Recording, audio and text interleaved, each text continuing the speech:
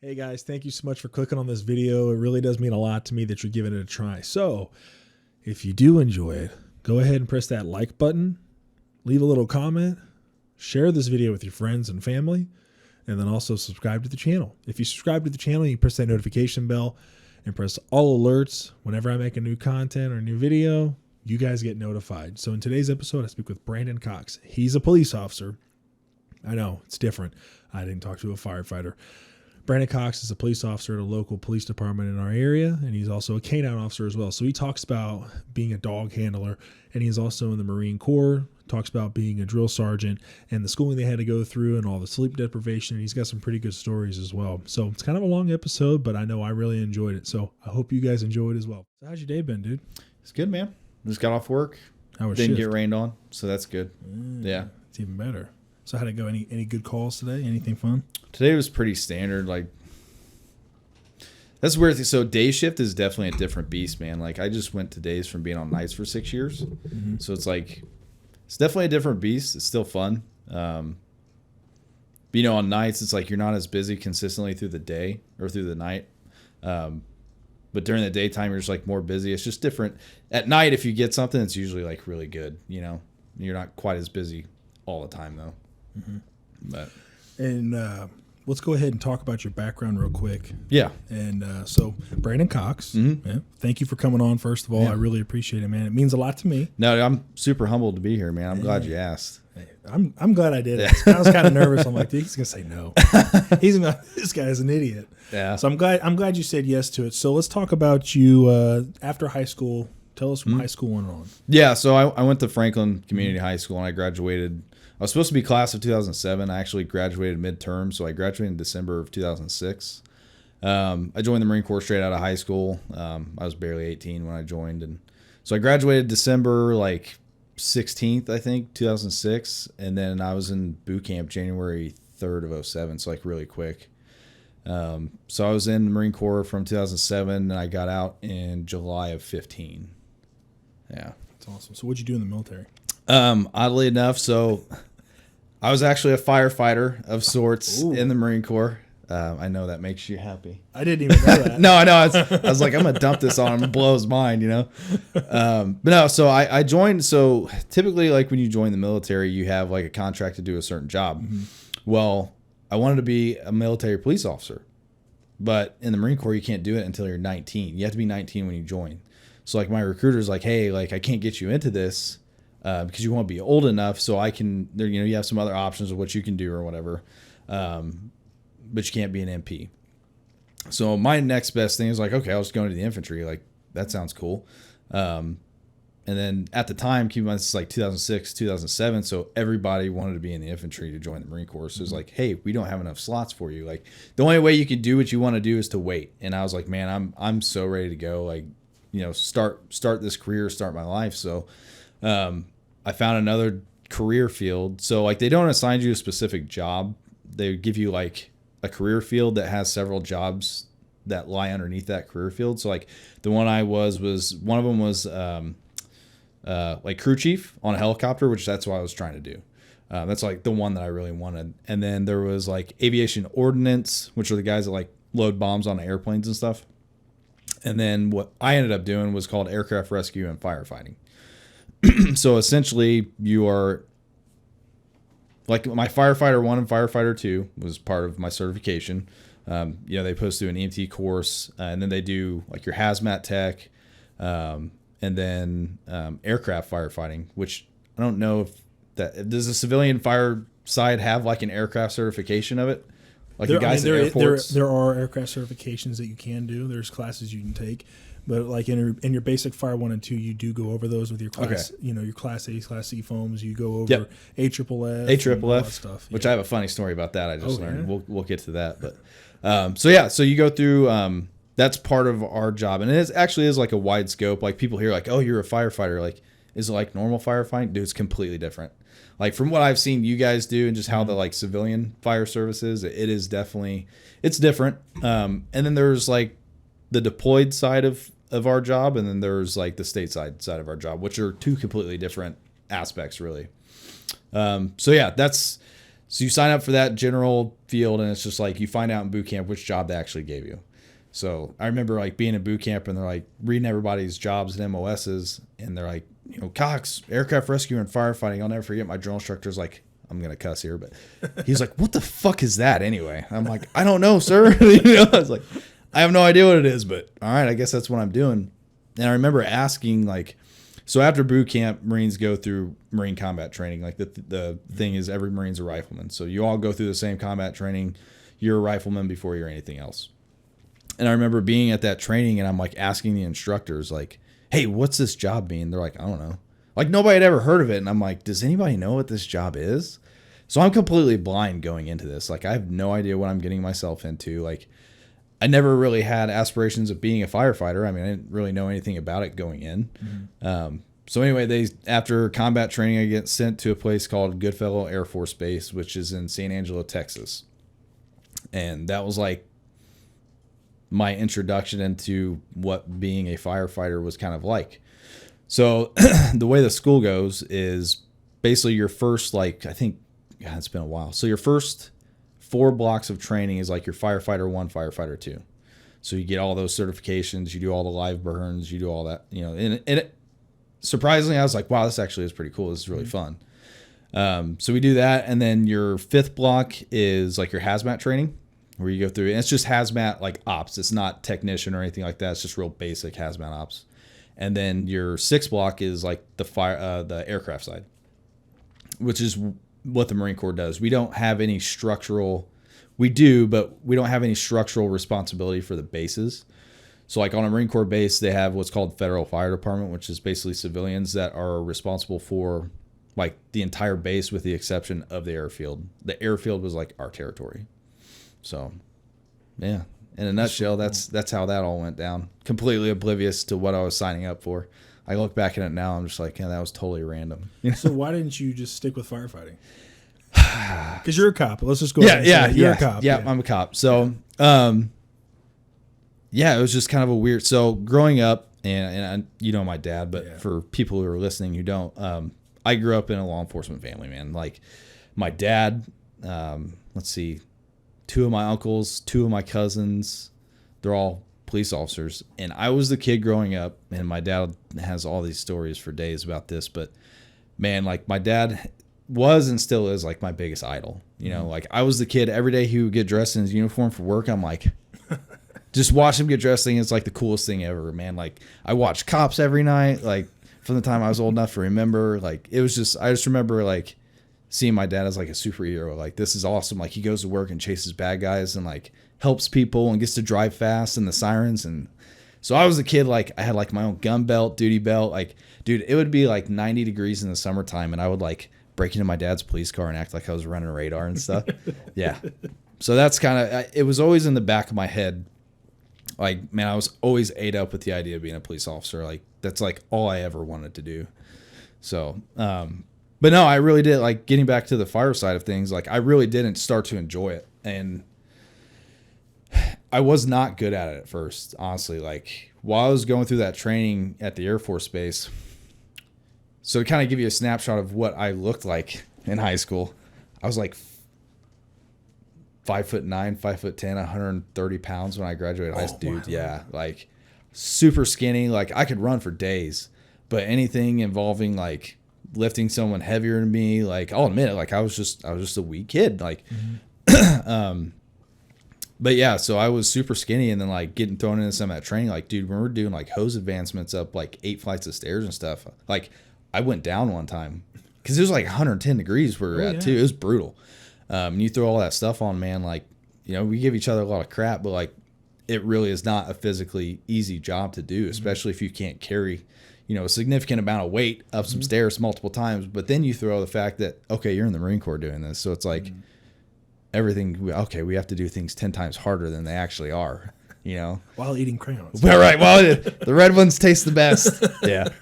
So yeah, it really was. It did. I mean, it humbled me. It really did humble me really quickly because, like, man, Marines eat their young, essentially. Like, if you can't hack it, like, they will find a way to get rid of you.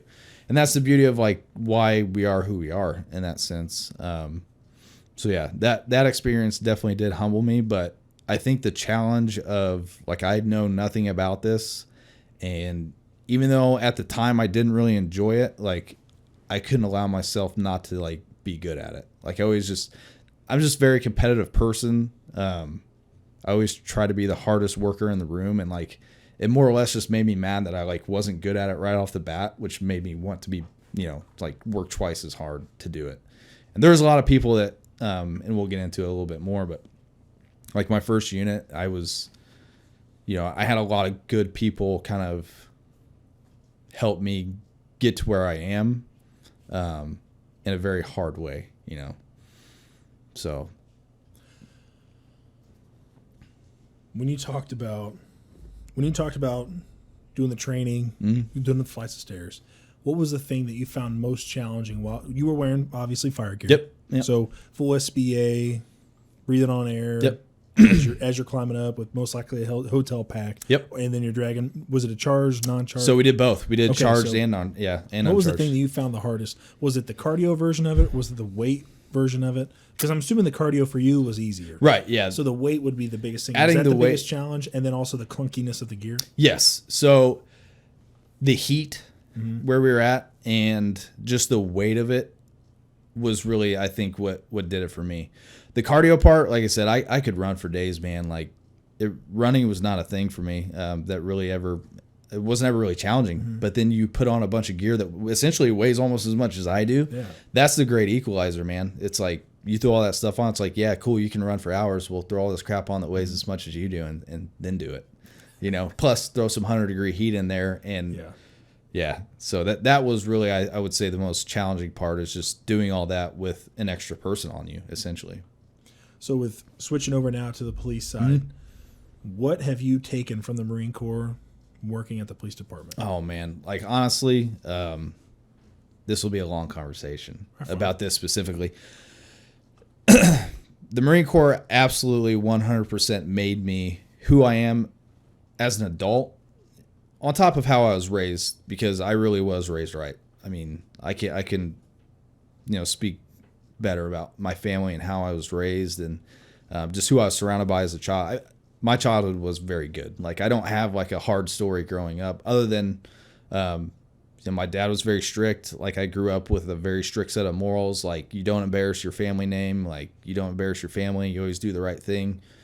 But man, honestly, the Marine Corps part, like just the discipline that it instills in you, and it's not about you. It's always about the team or other people who you're working around. And I was very fortunate. I had some amazing people. Like I said, like when I got to my first unit, like I was just green behind the ears, man. Like, or wet behind the ears, just green, like didn't know anything.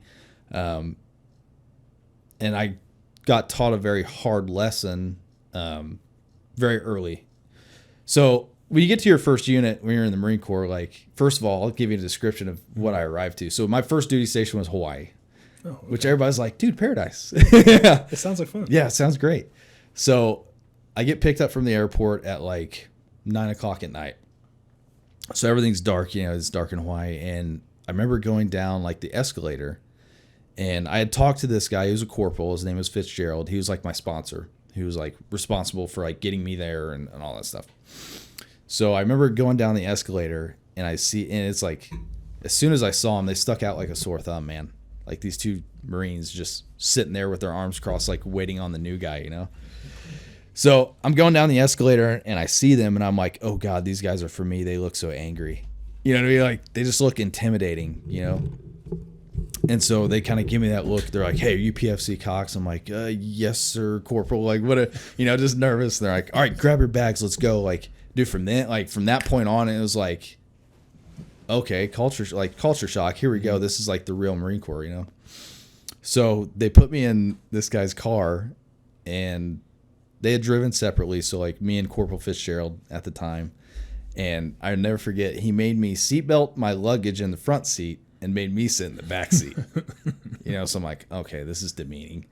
So anyway, we're going from the airport in Hawaii to the base on Kaneohe Bay, which is where I was at. And like we go on base, we pull in the parking lot of the barracks, and the barracks had like an outdoor catwalk. There's like 3 floors, and the catwalks were outside. So I look up, and there's like 40 Marines wearing nothing but boots, shorts, and holding like beers and like just screaming like, yeah, new guy. Like, I'm like, oh my God, this is going to be horrible. And it just, the games begin it immediately. It's like, you're the new guy. Here comes the new guy stuff. Like, we're going to screw with you and find out what you're made out of.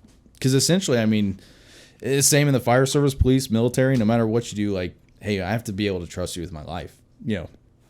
So they definitely want to find out what you're made of, like, immediately. Like, honestly, dude, the first 6 months of, like, and we call it the fleet, like, my first unit is just a blur. Like, it's just a nightmare of getting screwed with constantly, but for a good reason. It's not like they're doing anything that's, like, doesn't have a purpose. You know, like, everything has a purpose. Like, for instance, again, I wasn't a big, strong guy. Well, part of our job is, okay, aircraft's on fire or aircraft crashes or whatever the case may be. Like, okay, go lift that 220-pound pilot out of a cockpit. So I physically, like, struggled. Like, they would put the biggest guy they could find in the cockpit of this aircraft and be like, all right, go save his life.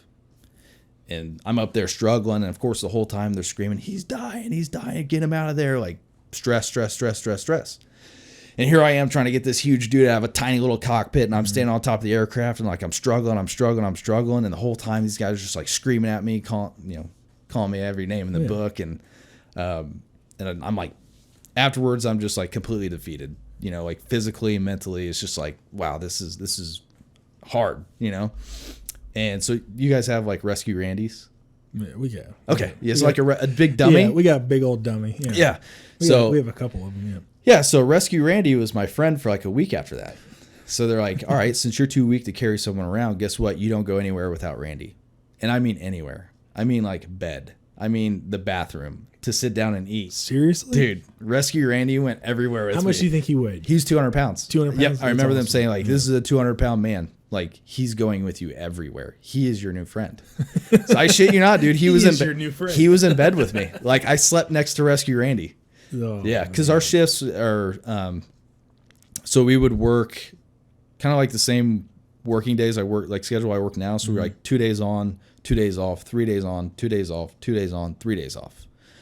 So like we were at work for 48 hours straight. Like you slept there, you lived there with the same people you worked with. Dude, I can only imagine you holding him like a toddler. Oh my God. Like you have your hip out and everything, and he's sitting on your hip. Yeah, like, I would just huck this dude around like, however I could, you know, like I'm like buddy dragging him 1 minute. I'm like fireman's carrying the next minute. I'm like trying to find a strap to put around to like drag him and stuff. And like, and then of course, you know, like we had a pretty big building and we had like a PA system where they're like, if they needed you somewhere, like they would call you here. Well, of course it's like, they would call me to the furthest point away. And then once I get there, they're like, oh, we need you back here. They would call me to the next point. So here I am, like running all over this compound with this 200-pound dummy, just like struggling with life. But no, it really did. And like stuff like that. And I look back on it, like, again, like I always want to be the hardest worker in the room. Real quick, what did that teach you? And how long did you have to do that for? A week. So during that week, what thoughts do you remember went through your head? I've got a couple ideas of what you could be thinking. Yeah, I distinctly remember like one of them screaming like while I was trying to get the dude out of the cockpit. I remember them screaming like he's gonna die and it's gonna be your fault. Like you're gonna have to give his flag to his family and tell him he died because you're too much of a weak ass bitch to get him out of the cockpit. And I just remember thinking like, oh my God, like they're right. Like my weakness, and again, like I'm a physically fit dude, but it's like for that particular job, like this just required a different level of what I didn't have. And that's what resonated with me. And I remember like just them saying that, like, he's going to die because of you. He's going to die. And it's like the whole time over in my head, like, you know, you could go one or two ways. You could be butthurt about it and be like, oh, these guys are just screwing with me. Or you could be like, you look yourself in the mirror and be like, yeah, you know what? That's the hard truth. Mm-hmm. You know, so that was kind of the thing I was thinking, like that whole week. I'm just like, you know, of course it's not the greatest experience. You're not like loving life doing it, but the whole time I'm like, yeah, you know, okay, like I'm not going to let anybody die because I'm too weak. Yeah. So changing that mindset is extremely important. Yeah, absolutely. So what engaged that was basically like a prank, but also doing it while learning from it. Right. Yeah. Okay. Yep. And there's the mental aspect of it of like this thing's sleeping with me. Yeah. You know, like I sitting there at dinner. Yeah. So yeah. And there was a couple of us new guys. Like it was definitely the There's a couple other guys who were relatively new there too, so they were getting their fair share of you know, the treatment as well. But it's a rite of passage, man. Like, again, these guys have to know that you're not going to quit. Like, I'm not saying the average person would quit because of that, but I mean, it definitely tested me physically. And there's, I mean, constant other things that they would do. I mean, again, it's like, hey, we got 48 hours here. You're not going anywhere. And then even when you got back to the barracks after your 48-hour shift, like, it didn't stop there. I mean, it's still the Marine Corps. Like, they'll still break in your door and, like, destroy your room and then make you clean it because it wasn't clean enough, you know? And all those things, again, it sounds like games. It sounds like stupid stuff, but it really does, like, I mean, actions have consequences, you know, and if you're not doing the right thing and how it should be done, like, you're going to pay for it. And it might be, hey, you had a little bit of dust in this one spot, so guess what we're going to do? We're going to dump more dust all over your room and make sure you know how to clean it properly. Or So it was more attention to detail. Absolutely. 100%. Yeah. And that is a huge theme through the Marine Corps that, you know, especially with what I did, attention to detail, discipline, self-discipline, you know, those are like huge. For the newer guys that are coming on or that are on departments now, whether it's police or fire or guys about to go into the military, what are some ways to help with teaching them attention to detail or explaining to them how important it is to pay attention to the details? I mean, it'll save your life. It really will. And that's, people, again, they don't realize the importance of it until something bad happens or, you know, unfortunately, you know, things like that happen. But specifically the military, like, one thing I would tell people as far as attention to detail is just living, like, just being an organized person. You know, it's like, they're going to force it on you. Like, when you join the military, that's why recruit training is the way it is. Is to teach you, like, that attention to detail and everything. So whether it be the way you lace your boots, whether it be, you know, the method in which you make your rack, whether it be where you put your boots underneath your rack a certain way, whether it be how you press your uniform or mark your uniform, or all those things are enforced. And it's like, if you don't do them perfectly, you'll do them again and again and again and again until you can't get it wrong. You know, so I would say just hold yourself to a higher standard in everything. It is a hard thing to recreate unless you've been through it. So it's like, I look back on it now before I joined. I mean, all I was worried about was like the physical aspect. So when I got to recruit training, it was like, man, this isn't hard at all physically, but the mental aspect, like the repetition and the discipline, and, you know, you're on your feet for like, you know, 20 hours a day, and, you know, you got some guy constantly screaming at you and like, no, it's not good enough. No, it's not good enough. No, it's not good enough. Constant pressure.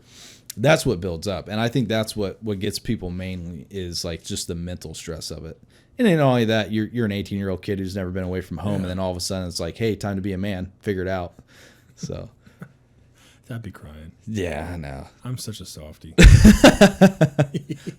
Yeah, I messed up. I'm so sorry, sir. There's plenty of guys that cried. Don't worry. Oh, okay. I wouldn't feel bad. Yeah. So with you transferring over from the police department, I kind of asked this a little bit earlier.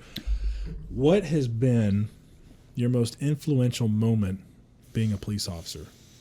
Ooh, that's hard. I think it's not just one moment. It's something that has happened a couple of times. And a lot of it has to do, man, I love an underdog story. I really like more than anything. Because again, always being the little guy growing up, I had that like Captain America syndrome, you know, it's like, I'm the little guy who wants to be big. But metaphorically too, like, so I love seeing people who come from a really terrible situation and like flip that to do something good. And without saying names or like being too personal, because I don't know if they'd want this business to be out there, but specifically someone who had like a really, really bad drug addiction. And I had said something to this person while I was dealing with them. And later I saw them like a year later, and it was like seeing a completely different person. And they came up to me like, listen, like, I want to thank you for saying what you said, even though it was kind of harsh, but I knew you meant it, and it completely changed my life. And knowing that that person very well could have gone the other way and have been dead by now, like, I think that's the most rewarding thing, is just like, and it's not just, you know, it's everybody that you deal with. You never know that person or that kid that you're just like, hey, how's your day going? And just a police officer like saying hi to them, like a person in that position saying hi to them or playing basketball with them or whatever, like can completely change the course of their life. I think that is probably the most like rewarding aspect of the job. In today's society, are you afraid to say or do anything to a civilian that can get you in trouble?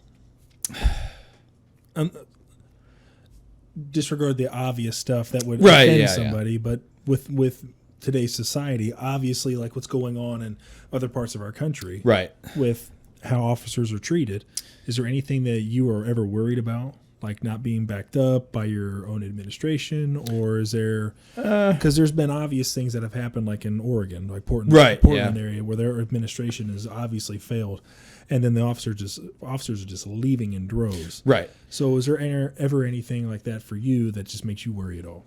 I've never felt about our particular organization. I've never felt that like my admin went back something I did. Now that being said, I think as long as you're doing things ethically and you're not doing anything that's, obviously, like you said, the obvious thing's illegal, but no, I think as long as you're acting in good faith and you're not, saying anything that's just completely outlandish or disrespectful to a person, I'm not really in fear for any backlash as far as what I might say to somebody. Because again, you just don't go outside the right and wrong. Sometimes people need to hear the hard truth though. And it's not always an easy thing for them to hear, but you can tell when someone just like needs to hear something, whether their life is on the wrong path or, the thing is we're always dealing with people in their worst moments. Usually, it's never a good thing when you have to call the police to come settle something. Yeah. So you always kind of keep that in the back of their head, like back of your head. It's like, hey, yeah, I'm meeting this person in a really crappy scenario. You can either make it better or you can make it worse. If you show up and you're, I'm the police, you're going to do what I say. 9 times out of 10, if you come in with that attitude, you're not going to get a positive feedback from that person. Whereas if you come in and you kind of be that mediator, that calm voice in the midst of chaos, that could change the whole dynamic of the situation. And that's one of the things like, people have always said to me is like, wow, like even in really stressful situations, you're just like so laid back and like calm about stuff. Like even in really bad situations, you're just like take things for face value and just stay calm. And that's one of the things I learned from the Marine Corps. Like, dude, freaking out will solve nothing. You can either make things better, or you can be part of the problem. I think just carrying yourself a certain way will keep you out of trouble in a ton of different ways in law enforcement. So whether it be just your appearance, and that goes back to the attention to detail we were talking about. Like if you look like a soup sandwich showing up to a call, like I'm sorry, but people are probably going to think negatively upon you immediately. Not only that, you have a higher rate of being assaulted. If I'm a bad guy and I see you and you look fat and out of shape and like I don't want to go to jail, guess what, buddy? Like you're probably going to lose this fight. You know what I mean? So that's on a whole different topic of, physical fitness and, specifically in the law enforcement community, and just your appearance and your demeanor and how you carry yourself is huge to me. What situation would you ever walk away from the police department? Man, like I said, this is like my lifelong dream, and I think it would take something huge for me to walk away from it. Like I really do wake up, and my dad always said it, if you do something you love, you'll never work a day in your life. And I truly do feel that way. Like I wake up and I love what I do. I think if they were ever to try to make us enforce something that is unethical or illegal, I think that would be it, because then we've lost sight completely of what we're supposed to be there for. I mean, at the very core of what we are, we're there to enforce the Constitution and the laws of our state. So if anything, like, hey, you're going to go out and impose this completely absurd, unconstitutional, rule on someone, like, no, I'm not going to do that. So I think that would probably be the only situation that I can think of, is if they're trying to force us to basically do something we're not meant to do. It's pouring out. Do you hear that rain? It's pouring outside now. Your dog's in the car. Is it gonna be all right? Yeah, he's good. Windows are rolled up. He's fine. Well, don't you have like a AC? Yeah. He's got his own AC unit and everything in the car, and he's got a better life than I do, man. Like, he's spoiled. Yeah. Yeah. Dude, I'm so glad I didn't leave my windows down. Yeah. Because you'd be like swimming in your car. They'd clean it out. Yeah. They'd need it. So this word I've been trying to say all night long before we recorded. Yeah. Was why do you think there is such a dehumanization of police officers in our world now, or in our country now? Because obviously you get on social media. Oh, yeah. And you just hear ACAB, which all cops are bastards. Right. Which is what I tried to get a shirt, which let me switch over to me at least. That way you know I'm here. I'm here. I tried to get a shirt that said ACAB. That way when I did this interview, I thought it'd be hilarious. I would have rolled. Oh, also for everybody, I also worked on this. I already showed him before. I shouldn't have showed you and then just done it instead. But I worked on this for like 15 minutes, which I changed the light setting over to this, so it's just police. It feels like home. Yeah.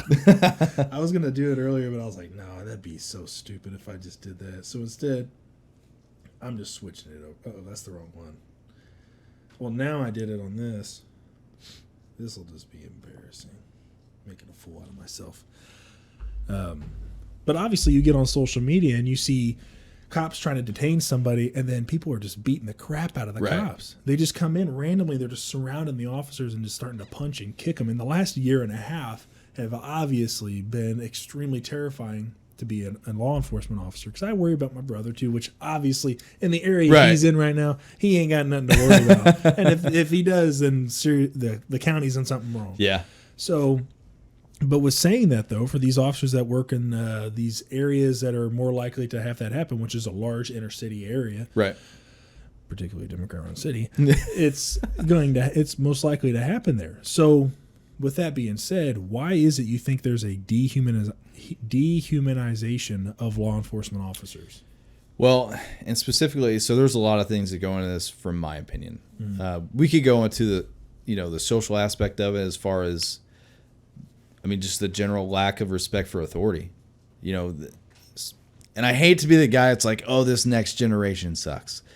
But I think each generation has progressively gotten worse, and I think there's a lot of reasons for it. And then we go into the social media thing, man. Like, let's be honest, negativity and drama sells. Oh, yeah. I mean, blood and guts sell. I could go on Facebook right now and find 10 videos almost immediately of a police officer allegedly doing something inappropriate. I might find one of them doing something good.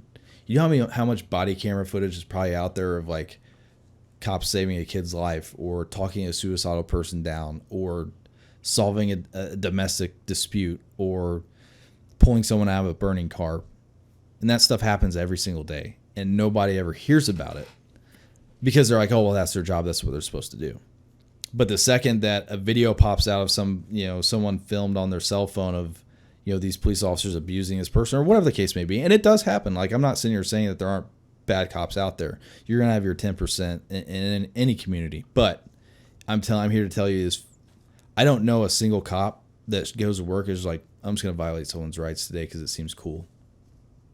I literally do not know any of them. I've never seen it. I've never experienced it.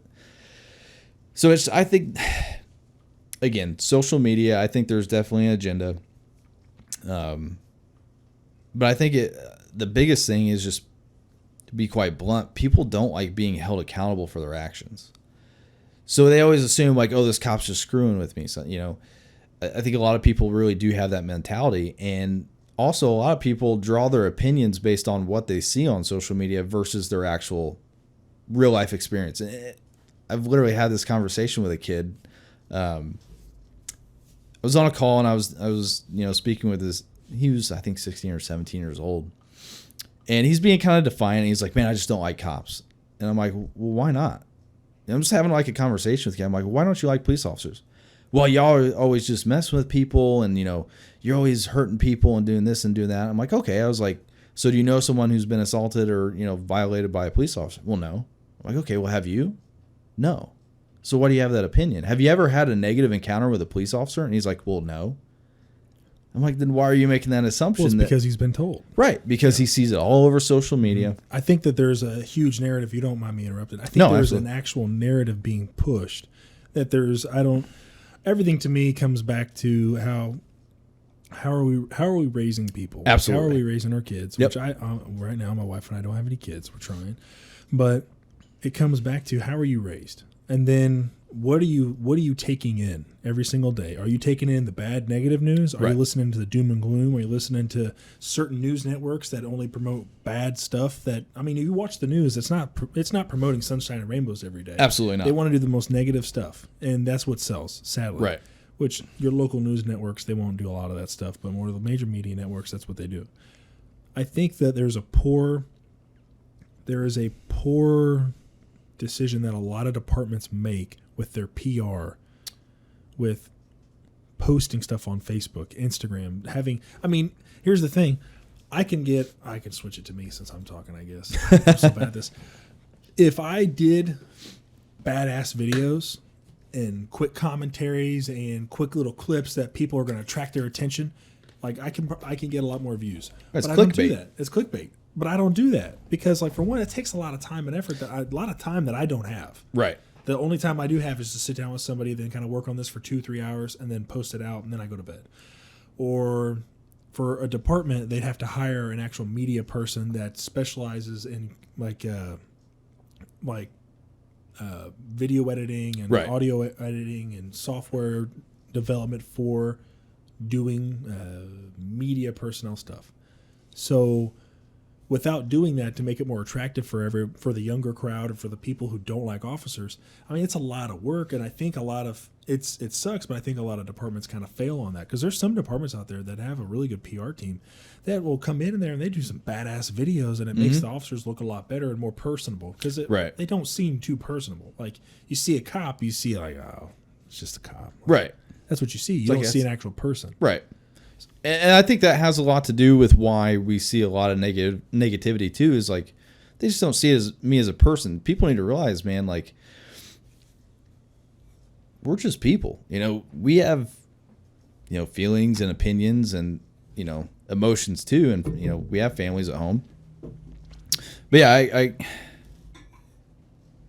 and the thing is, generally, I think the majority of the population does have a positive outlook on law enforcement. Because again, I mean, most people don't really have negative experiences with, I mean, some people never encounter a police officer, it's pretty, unless they're getting, maybe they got pulled over one time and it can be very intimidating encountering a police officer. Right. And that really intimidating. And see, that's where we have to be very careful because again, how we carry ourselves, how we interact with people, that could be the only time they ever encounter a police officer. And those tattoos are scary. Oh yeah, they're terrible. Well, my biggest thing for the tattoo thing is like when I see cops that have tattoos, obviously I have tattoos. So like when I see a cop with tattoos, I'm like, yeah, there you go. See, like you got a full sleeve. I mean, when I see a cop with tattoos, I'm like, that guy's cool. See, and that's the thing. So I understand the argument of the professionalism and older generation. The older generation being it's criminals because that's how they were raised to believe all their criminals had tattoos and it's because they were in jail or whatever they did. So I my grandparents told me the same thing. Totally understand that aspect of it. However, my experience, so when I first got hired, we were not allowed to show our tattoos. They recently changed it and now we're allowed to. You know how many positive interactions I get because of my tattoos, man? It's like every day. People used to never come up and just be like, say something to me. You know what I mean? Like very rarely was I ever just approached by a person to just like say something, Almost every day I have someone like, oh man, I really like your tattoos. Or, hey, is that your dog on your arm? Because I have a tattoo of my first dog on my arm. That's cool. And it really is like kind of that icebreaker, man. Like, again, I think it kind of helps people see you like, hey, you're just like an everyday dude like me, You have an interest that I have an interest in. Right, exactly. I had an old lady at Kroger one day. I work for a fire department, obviously. She comes up to me and she goes, what's that tattoo on your arm? And then I got to explain the story of the whole tattoo on my arm. And it was just some older lady. Yeah. And I never would have had that interaction if I didn't have tattoos. Absolutely. And I got to talk to her about God, which is another cool thing, too. Right. So it definitely is a conversation piece. I have never had a single person say anything negative about me having tattoos. Really? At least not to my face. I mean, they might behind my back, but I literally nothing but positive things.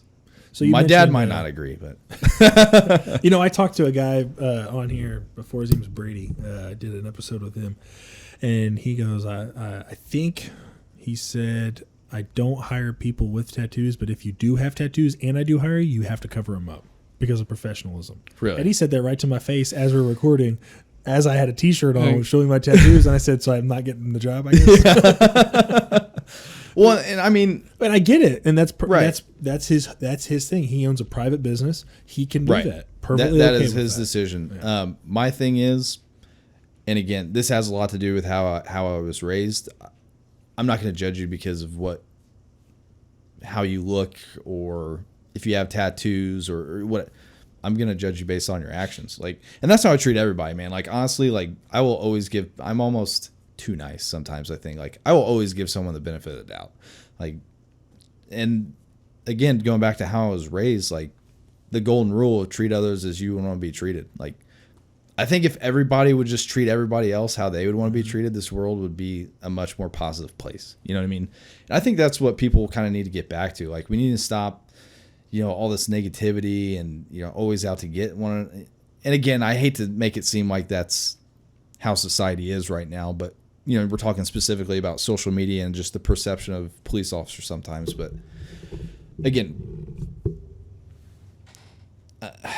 as long as we, again, kind of go back to just treat others how you want to be treated, man. Like, the golden rule, excuse my language, just don't be a dick. Like, and this place would be so much better. Yeah, you know, it'd be a lot easier. But then, like we talked about earlier, the 10% of officers that ruin it, the one bad apple ruins it for the entire department. Right. I've made sorry, you go ahead. No, you're good. You're good. Go ahead.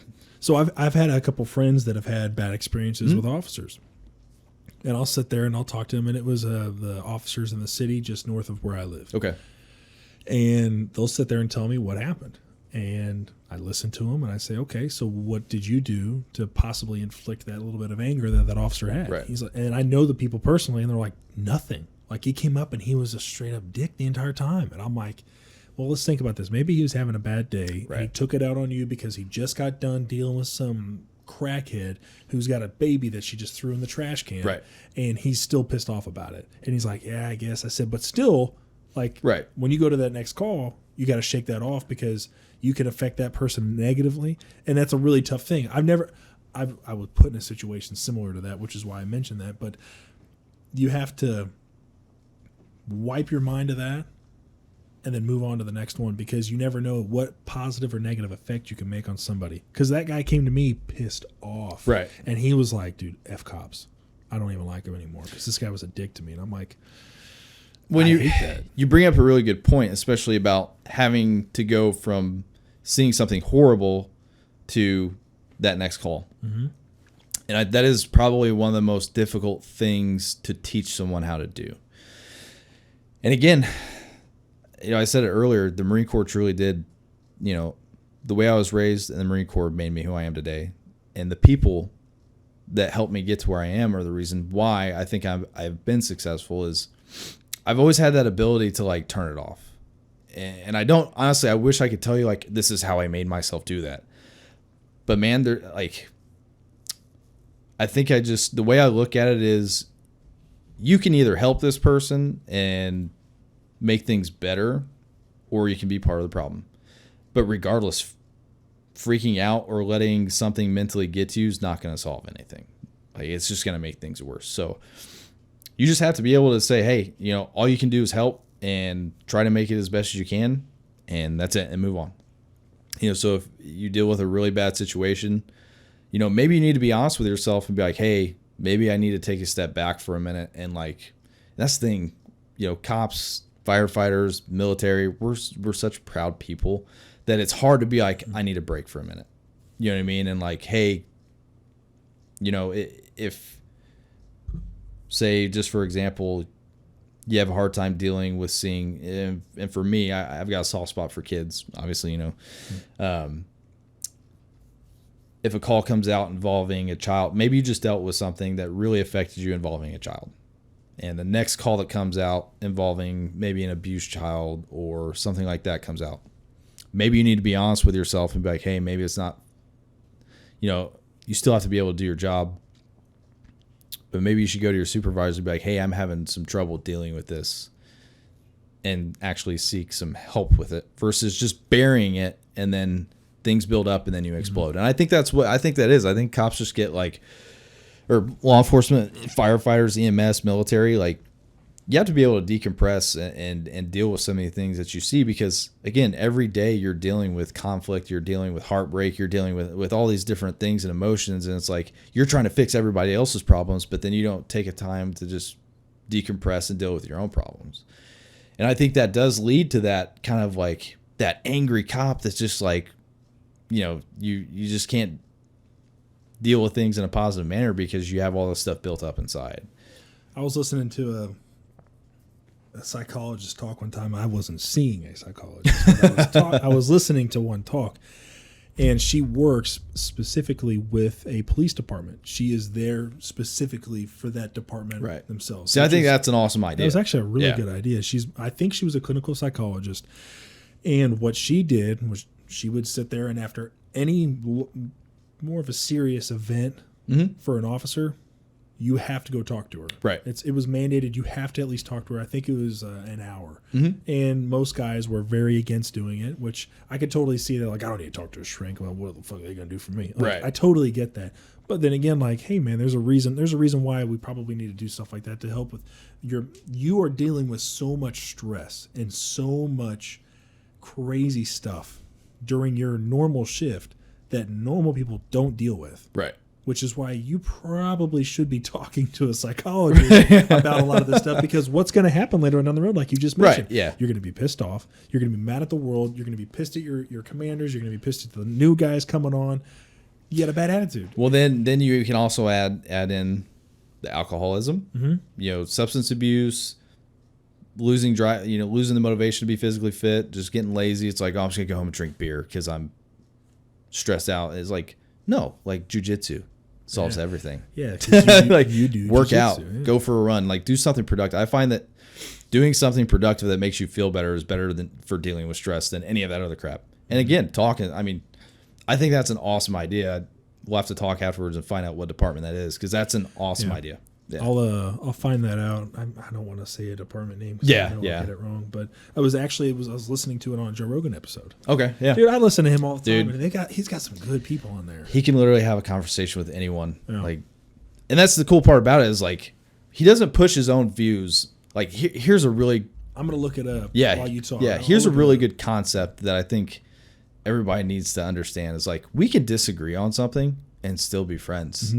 Like I have friends from the Marine Corp. I have one friend specifically, and I won't name any names.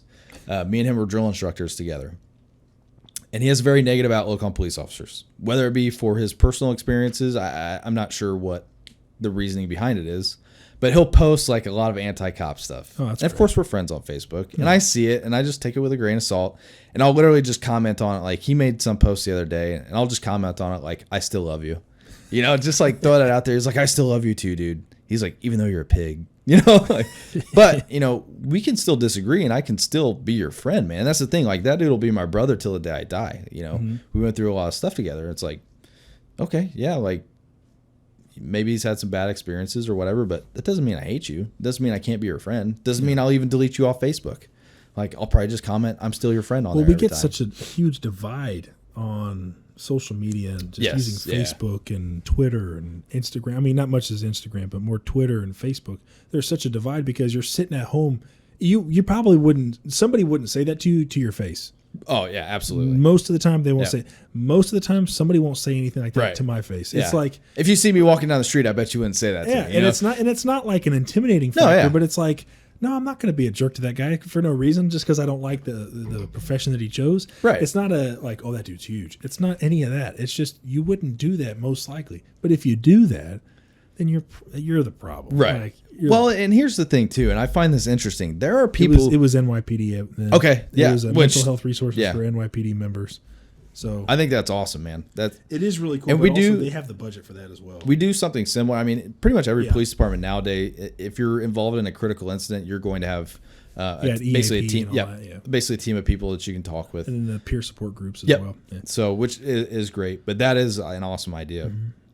But what I was about to say is like it's amazing to me, and here's the thing. I love being in a thankless profession. And I'm not saying that like being in law enforcement is, but there are definitely people who don't like or don't appreciate what we do all the time. Mm-hmm. But I actually like kind of thrive off of that. I don't know why. Like maybe I'm just like sick in the head, but I actually enjoy doing a job that like nobody else wants to do, essentially. Mm-hmm. You know what I mean? Like I kind of take pride in that. But I find it interesting that there is actually like whole groups of people that like make their living off of filming police officers. Have you seen that? Like there's like YouTube channel after YouTube channel after like on the bad stuff they do or the good stuff they do. They'll like show up at police departments and like just like kind of hassle. Yeah, like antagonize. Yes, I've seen those. There's an organization that goes around and they came to they were here. The city. They came here. Yeah, they were here. And they were trying to antagonize officers. Yeah. Which I mean, like the thing is, 90% of the time they're not catching cops doing anything wrong. No. But I really do like. When's the last time someone was like, "Hey, I'm going to go to the post office and record the postal workers, and mess with them while they're doing their jobs"? It's just weird that we live in that society that like people want to come do that now. Which my argument is like, okay, if you want to like, go see what a police officer does every day, dude, sign up and go do a ride along. Mm-hmm. Well, maybe do you think it's because they think that you guys put yourself on a pedestal, that you're there to push down the swine? Right. I think people assume that cops are these like power hungry people that love like. There are some, absolutely. And you see those guys, that are, the little tiny guys that were picked on in school. Yep. And again, the military, man, mm-hmm. that will humble you very quickly. But yeah, there definitely are the ones who are like, I'm a police and you're going to do what I say. And luckily, I think we do a pretty good job of like weeding those people out, or at least fixing that problem within ourselves. And I think that's one thing that, I mean, all police departments should be pretty good at, is just like policing their own. I mean, my thing is you can't be a hypocrite. And that's one thing, like, again, my dad always pounded in my head, like, you can't tell anybody to do something that you don't do yourself. If you're out there doing, things you shouldn't be doing, but then you go to work and tell someone else, like, hey, you can't do that, or you're arresting someone for doing something that you're doing, like, yeah, it doesn't work. And that's why you get a lot of people who are like, oh, these cops just do whatever they want. They think they're above the law. Well, unfortunately, it is because, there are that 10% that are like that. Do you ever hear the stuff about like pulling somebody over for checking their phone, being on their phone, and then they're like, well, you got a computer. You're on a whole computer in there. Radio, and yeah. They say stuff like that. Do you ever hear a lot of that? Very rarely. And to be honest, I attribute it to, again, just my demeanor and how I treat people. Mm-hmm. Like, honestly, I don't get like, of course, I've been in my fights for sure, and I've definitely had people say things to me, but I'm pretty good at like just de-escalating that by, again, not being a jerk, man. Like, that's it. You can say whatever you want to me. Like, you're not going to get my blood That comes with the confidence of knowing what you're capable of. Absolutely. I think you definitely have to be a professional at what you do and be confident with what you do. And again, I work with some great people. I always, for whatever reason, I'm just like really lucky. I've always been surrounded by like awesome people, and I think as long as you're always doing the right thing, you'll always come out on top. Like when I got hired at the police department, my dad, when he was the sheriff, he had these cards that like had said like a letter from the sheriff on it. So when I got sworn in, I remember he gave it to me, and it's in my car. I keep it in my car because I literally see it every day. And it says, it said, congratulations. Remember, always do the right thing and make a good name for yourself. And it's like that little snippet. It's like, dude, that's like all you have to do to be good in law enforcement is you just always do the right thing, and make that good name for yourself. It's like, it's so simple, but really, like, when you think about it, like, what else do you need to do to be a good cop? Just always do the right thing. You know what I mean? And sometimes that's a hard thing. It's not always easy doing the right thing. You're the only one doing it. Yeah, yeah. But not saying that you are the only one. Right, no, yeah, yeah. For anybody out there. And again, like I said, we work in an area that generally the people love us. It's very rare to, run into that person. And of course it happens, but that person that just, very outwardly does not appreciate what you do. And somewhere along the line, that person has had just a bad experience with officers, or they're just getting bad information. Yeah. Or they're at that 10%. And again, people don't like being held accountable for their actions these days. And I think that has a lot to do with it. Whether it be a generational thing, a parenting problem, and man, like school teachers, they've had their hands tied as far as discipline goes for a long time. And I think that's kind of progressively been part of the reason why people do have a hard time being disciplined, is whether they're not getting it at home or at school or a combination of both. So sometimes you just gotta teach the hard lesson to your kids. Gotta give them a spanking. Yeah. You gotta bend that guy over. Dude. Spanking. And they're like, this hurts me more than it hurts you. That's true, man. Like, oh God, being a parent's so much harder than anything else. So earlier you mentioned your first dog. What was your first dog's name? Ties. Ties. Yep. And was he just your canine or just? Yep. So, so to kind of lead up to this, so when I got hired in 2015, obviously went to the academy. Being a canine officer has always been like a huge interest for me. So, my dad was, when he worked for Franklin Police, he had a dog, and like seeing that growing up, I was just like, oh, it's just the loyalty and, that bond that you have between your partner. And not only that, but just the amazing things that these dogs do. Like, this could be a whole other podcast talking about, the dog stuff, man. I love it. And once it's in your blood, like, that's it. It's like the only thing you ever want to do. Yeah. So I got hired, and I was, again, fortunate to be in the right place at the right time, man. And our department applied for a grant for 2 new dogs. We had 2 at the time, and they applied for a grant for 2 new ones. And we had like an interview process, and myself and one of the other officers ended up getting the dog. I was like a year and a half on when I got selected to be a dog handler, That's which awesome. If anybody listening to this knows, that's like almost unheard of. So again, right place at the right time. For whatever reason, they thought I'd be a good dog handler, and here I am. What have been some of the most fun experiences you've had being a dog handler? Do the tracking. I absolutely love. I love being the guy that they call to go find the bad guy. You know what I mean? Like, and we're not looking for like shoplifters. We're looking for like people who just robbed someone or, shot at someone. Like, if we're out looking for you with a dog, like, you've done something significant, It deserves a bite. and you're probably hiding somewhere. Dude, I watch videos all the time on YouTube of canines just messing people up. Man, they are nasty. I don't understand why people run from dogs, but That's the biggest I love dogs to death. You met my dog, my little pitty Delilah. Yeah. Sweetest thing in the world. But I have a healthy fear of being bit by a dog. No, 'Cause, I dude, mean, they are nuts. Like yeah. I've seen my dog Delilah bite onto like her toys and stuff that I'm trying to drag her around. I can literally hold her up. She's 65 pounds, but she's small. But Right. she's 65. I can literally pick her up in the air and spin her around in circles, and she still has got a firm bite. Oh, yeah. And you see all the muscles in her Yeah. head just flexing up. they're amazing, dude. But like you have a Belgian Malinois, Yep. right? Those dogs are incredibly smart. They're on crack. Yes, they are agile and nuts. Yes. And the most loyal, loving dogs at the same time. But so like back to yours, the the funnest thing that we get to do is, like I said, bad guy ran from here and he's out here hiding somewhere in the dark. Go find him. Like, it's adult hide and seek. It's awesome. And watching them do it, man, it's like you put all this training into, training this dog to be reliable and to do the job that you need him to do. And then when you do it in real life, and you're like, oh my God, it works. Like, I'm doing this right. Look at him. This guy just ran 500 yards and my dog's tracking him footstep for footstep. And now, holy crap, like, I know we're getting close because his behavior is changing. And all of a sudden, there's the bad guy. You know what I mean? He's like hiding in a mini barn or like underneath a car or what. It's just amazing what they can do with their noses.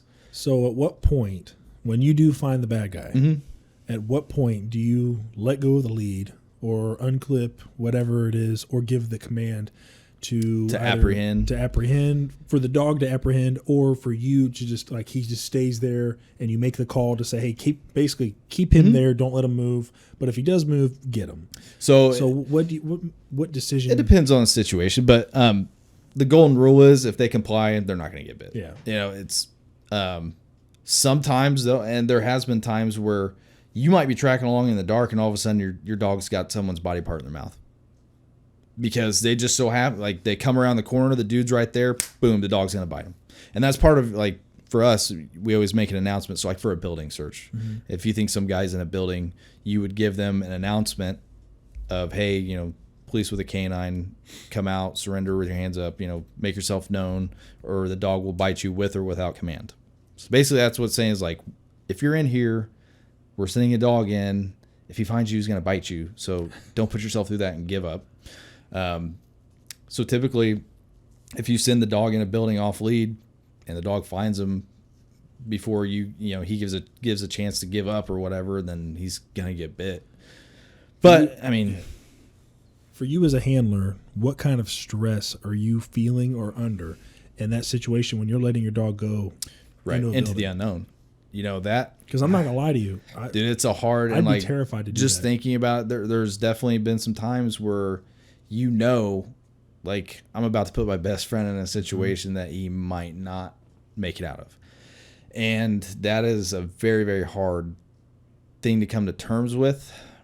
But at the end of the day, if it has to be him or one of my friends, and it sounds like horrible to say, but that is what he's there for. And the thing of it is, that dog would give his life for you and not even think twice about it, man. Mm-hmm. Like, it really is. And that's the bond that you're never going to put your dog in a situation. You're not going to put him on a suicide mission. But you also know that, I mean, there was just 2 police dogs shot in Florida like 2 weeks ago, chasing like a carjacking suspect or something. They found him in the woods. The dog started going after the guy and got shot in the face. Both the dogs lived. Oh, awesome. Down in Florida. It's always Florida. But yeah, just, and like watching the video, dude, like I almost had to turn it off. You know what I mean? Because it's just like, it's hard. Like, because I put myself in his shoes, dude. He's like, you see the video, the officers driving the dog to the hospital, to the vet. And the whole time he's like, "You're okay, buddy. You're a good boy. You know, like you did a good job." Dude, and I'm watching it and I'm like, oh my God, that, like, I couldn't imagine that being Aries right now, you know? But at the same time, you also have to come to terms with one day that he might have to do that, you know? So that I mean, it's always in the back of your head. You try not to think about it in the moment, but you know, it is like in the back of your head. But at the same time, like, he's so badass, man. Like yeah. I've heard stories about your dog that he is absolutely nuts. Dude, like, he is scary. He is, man. But it's like, he has such an on-off switch, because if you could see what he does at home with my fiance, he'll like cuddle her on the couch and stuff. Aww. Man. Yeah. Like, I have pictures and I'll show you later, but like, he has such a good on-off switch. At home, he's just a dog, man. Like, he's so chill. But then the second you put him in that car and put that harness on him, it's like he flips the switch and he turns into a psychopath. A very controlled, well-trained psychopath. But like, you get near my car, he's like, no. I have walked by your car on runs. It'll wake you up. And he starts, and I'm like, oh my God. Dude, which is great. It's like a constant security system. Like, if I'm sitting somewhere doing paperwork, like, he's going to let me know that someone's coming up on me, you know? Which I feel bad, because it does scare people. It scared the shit out of me. Oh my God. Like, people, oh God. But, you know, he's just like, get away from my dad. This is my car, you know, like. But at the same time, you know, if I got him out and, you know, walked him around, put a ball in his mouth, you go pet him. He's just a dog, but, you know, he's got a job to do. That's so cool. Would I be able to meet him after this? Oh yeah. That'd be awesome. Yeah, he's cool, man. He's crazy, but like I said earlier, I have a healthy fear of especially police dogs, dude. Well, it's a respect thing, you know. Like, it is the old, you know, the adage of man walks into a bar or cop walks into a bar during a bar fight, half the bar might respect him. Police dog walks into a bar during a bar fight, everyone respects that, and it's true, dude. He brings such a different dynamic to the situation that, you know, if I walk in, but if he walks in, or if I'm in a situation and maybe somebody's getting a little bit agitated with me, and then he starts chiming up in the car, people are usually like, I'm going to rethink this decision, because that dude sounds like he means business inside that car. And so it is. He's the best partner when he's not farting in my car, and, you know, things well, there's like been times where, like, I've been on the same scene as you guys, and a canine comes out, and I straighten up. You're like, oh, I'm like 30 yards away, and I'm standing at an edge, sir, and I'm looking at the sir. Get you a treat, sir? Yep. Like, I'll go get you coffee. I'll get you whatever you want, sir. Like, you tell me. It's true, though. I mean, they're the great equalizer, man. They're awesome. And they again, definitely set the tone. Yeah, and the things they can do, man, it never ceases to amaze me, the stuff that those dogs will find with their nose, man. Like, it really is amazing. Like, and the thing is, you're constantly learning, you're constantly training, you're constantly getting better at your craft. And the worst feeling as a canine handler is not finding that guy. And whatever the reason may be, you know, it's not a guarantee. You know, there's a lot of factors, but there's no worse feeling than taking your partner out to try to find a bad guy, and for whatever reason you can't find him. Like that, you'll lose sleep over that. Like and it's happened to me several times. You get done and you're just like, oh, what mistake did I make? Did I not read the dog the right way? Or, what did I miss that I didn't see? Maybe that guy was here and I just, maybe the dog was upwind and couldn't smell him yet. What mistakes did I make? And you start thinking and thinking and thinking. You're like, okay, I have to train this. I have to train this. I have to train this. I got to go do this. And it's like a constant project, So let's not talk too much about your stress. Let's talk about the dog's stress. What kind of stress does your dog go through in those types of situations? Honestly, he is crazy. But he is very, I'm trying to think of the word. He's just very confident. You know what I mean? Like, he never hesitates. He'll never, I don't ever see a situation where he wouldn't do his job. You know what I mean?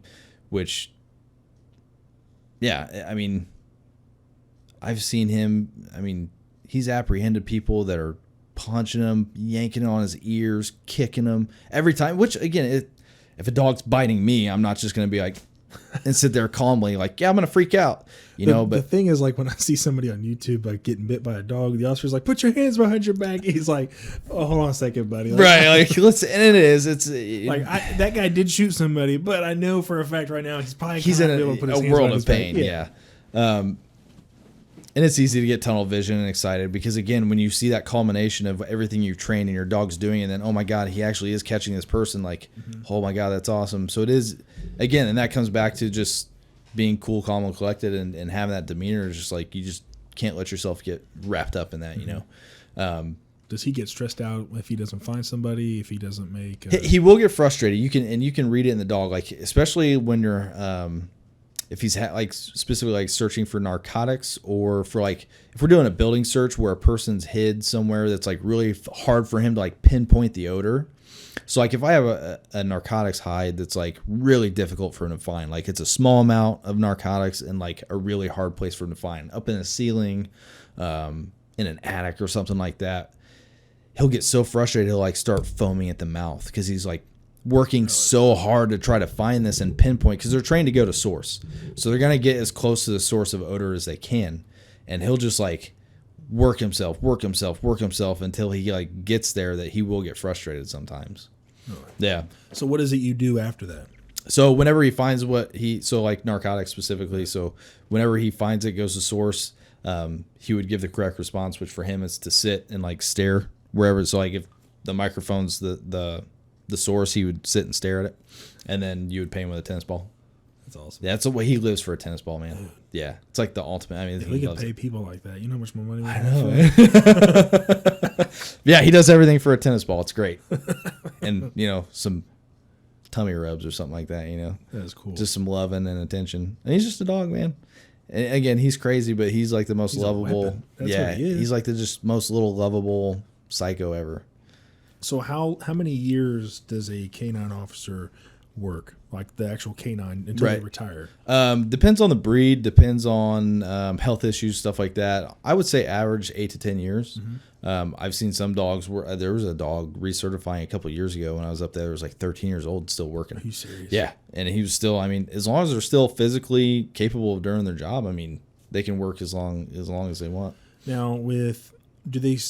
I don't know too much, but do they specialize dogs in certain areas? Like the whole cliche of a Saint Bernard is the rescue dog out in the mountains and avalanches and all that stuff. And then they've got Labradors for sniffing out or tracking, or the what are they? Not beagles, but the like the bloodhounds. The bloodhounds. There are definitely breeds that are more predisposed to be better at certain things, but it's more or less just looking for certain drives. I mean, you can train a Malinois to do anything almost, man. It's crazy. But yeah, so you're looking for certain things in the dog as far as like drives and, just the way they, their hunt or how they're motivated to do certain things. And it's kind of hard to explain, but when we go up to select our dogs, they basically run them through like some scenarios, and you just watch how they behave under certain, stresses or in certain scenarios. And there's certain attributes that you look for in a dog. You don't want one that's like constantly headhunting, trying to bite everybody. But you also want one that's aware of what's going on around them. Yeah. You know, and that was one of the things that drew my attention to him is every time someone would walk by, he would like lock out, like just stare at him. Like, So you had to pick him. yeah. Mm-hmm. So you saw a random group of dogs. Like 15 or 20 dogs. Oh, yeah. dude, I couldn't leave any of them. Yeah. Well, they all get picked by someone. Okay, so So, somebody like, gets one. Yeah. So when you go So they up don't the- just get left behind. Right. Yeah. Okay. Yeah. So Oh, the thank place God. we buy our dogs, they do. That I would be upset Yeah. about that. Yeah. So the place we buy our dogs, they train like military working dogs and then police dogs here in Indiana. Like military working dogs, like the guys that are Yep. like on active duty or PTSD. Like active duty. Okay. Like bomb, special forces dogs, bomb Gotcha. dogs, military police dogs. That's cool. So hey, they'll have like 15 or 20 dogs that they're ready to put in a class, and then you go in, and it's basically like when they announce a class, whatever order you sign up in, that's the pecking order. Okay. So like if you're the first one to sign up, you get first pick of dog. So I think we were like third this time around, and so you go in, and they'll just demo all the dogs, and you can look at as many or as few as you want. Like if the first dog you see is like amazing and you love him, cool, pick that dog. So with his story, we went up there. He was like maybe the fifth or sixth dog we looked at, and like I said, I was like third or fourth to go. So he had been shown previously, and for whatever reason, nobody wanted him. Like he was really skinny and like kind of goofy looking, I guess you could say. But he's obviously like a really intimidating looking dog. I know you've seen him, but yeah. so he. At the time, though, like, because he'll be 3 years old next month. So he was a pup when I got him. He's like a year and a half old. Real skinny, just wiry looking Mal. And again, there was just certain things I was looking for particularly, and just the awareness of people, being driven by the person, not the equipment. Because they'll come out with a bite sleeve on, and of course these dogs will go crazy over a bite sleeve. It's like, yeah, but take that sleeve off. Now I want to see how he reacts to him. I don't care about the bite sleeve. Like, does he want to apprehend that person? So just being focused on man, not the equipment, and then just the hunt, man. Like watching him hunt for dope was like the most amazing thing I've ever seen. And I don't know if it's just because it was my second dog and I had been a handler for a while by the time I got him, but I saw things that for whatever reason other people didn't see. And and they had him in a kennel, and he's like, of course, going crazy at everybody with by, and like everybody's like, I'm not. Because they're like, hey, you want this dog? Go get him out of the kennel. Mm-hmm. Like, you reach in there and get him.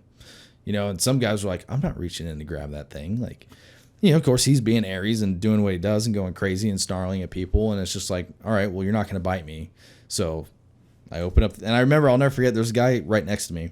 And Aries is going crazy in his kennel. And I opened the kennel and reached in and grabbed him by the collar and hooked him up to the lead. And the guy next to me is like, as Aries is like, in his kennel, And then as soon as I hooked him up to the lead, got him out, he's just like, whatever. He was cool with me, and I was cool with him. And it's like, we're going to be bros, We're going to be best friends. So, yeah. So, like, I took him out, and, you walk him around, and you just kind of, like, take him for a walk, and, like, hey, if you guys get along, cool. If he bites you, it's probably not your dog, So I'm taking him out on a walk, and I noticed, like, every time a person would come around, he was just, like, real focused on him. And I'm like, ooh, I like that.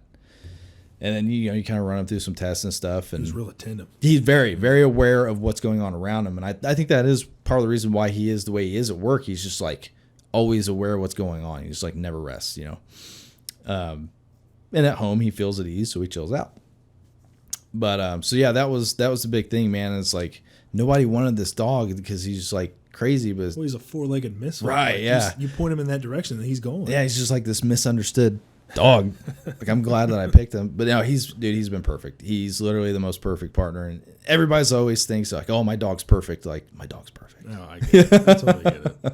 So earlier you mentioned jiu-jitsu. Yeah. So let's talk about your career so far now in jiu-jitsu. How many years have you been doing it? And So what got you interested in it? I'm going into 2 years of actually doing it like consistently. So when I was in the Marine Corps, the Marine Corps has its own martial arts program. And I had gone through a course to be an instructor in that. Which is a pretty brutally physical course. Like, it is not easy. And I had to go through it 3 times. Oh. Yeah. Nice. So, and the reason why, so like the course I went to, you have to have at least 10 people to run the course. So like I had gone the first time, I think we started with like 15 or 20 people.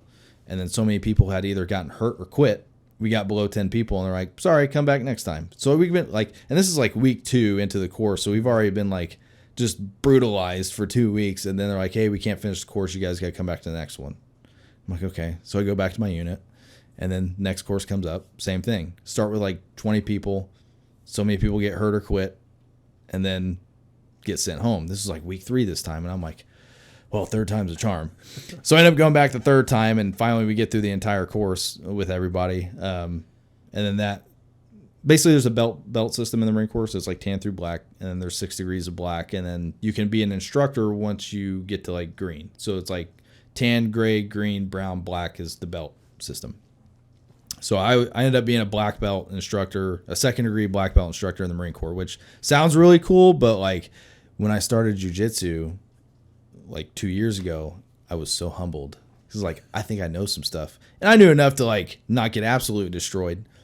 But man, I had like, there's guys, and I'm just a white belt, man. I'm not anything significant, but there's some guys down there that are just like freaks of nature, and you see them and you're like, oh, this guy's like 135, 140 pounds. Like I'm 195 pounds. I can crush this guy, and then all of a sudden he's choking you on your back, and you don't know how.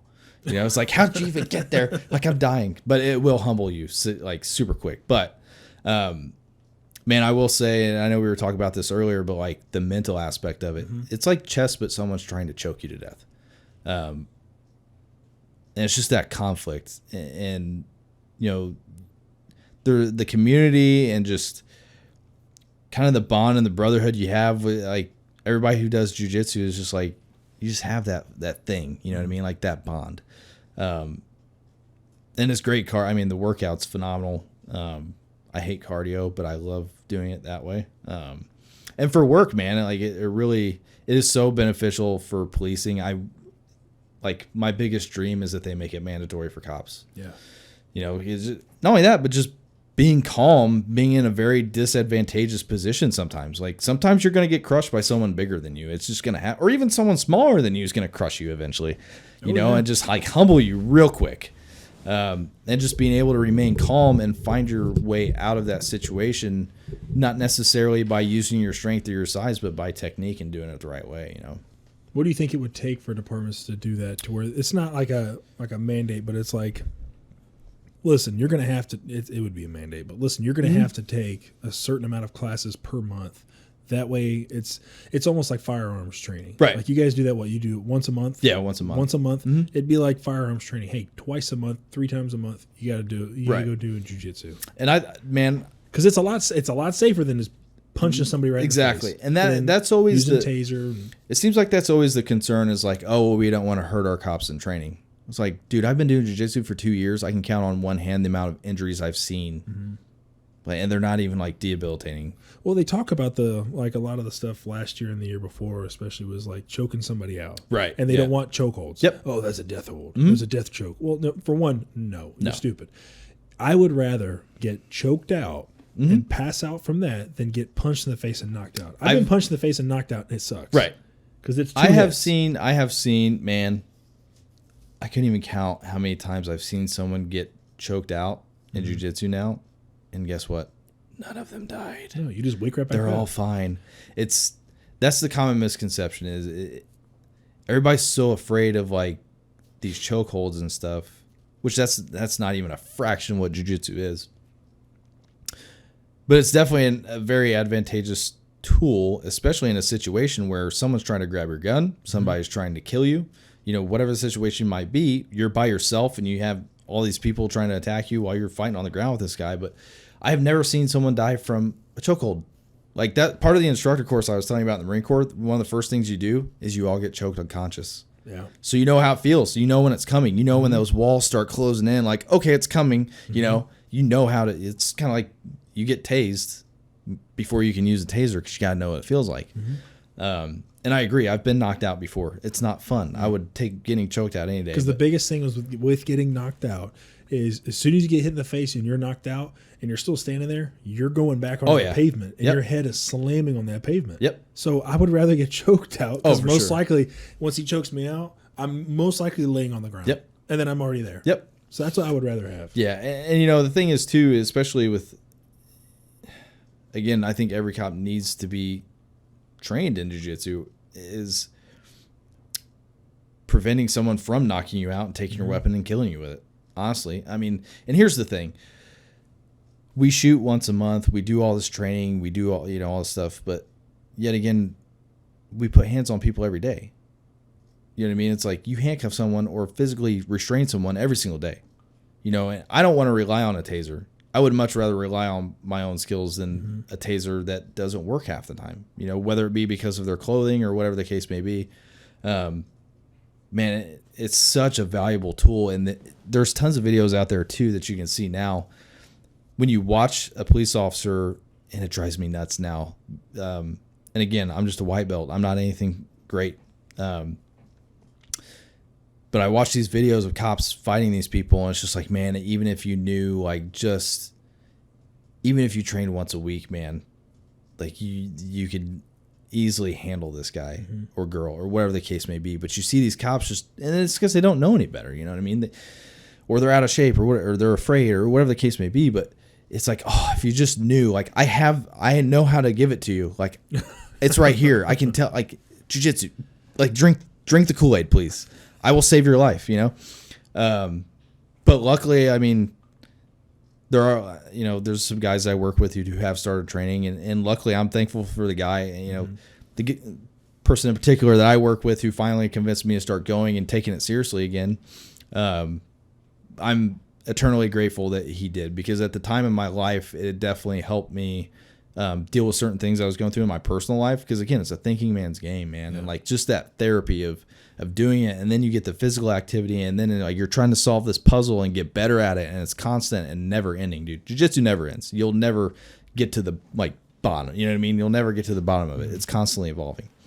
But back to the law enforcement thing, man. It's like if only you knew a fraction of it, like you would be so much more confident.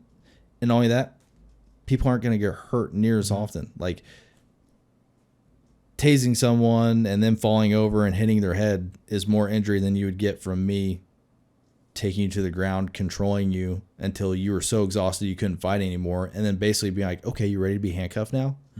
And meanwhile, I haven't put a scratch on you. I haven't put a scratch on me.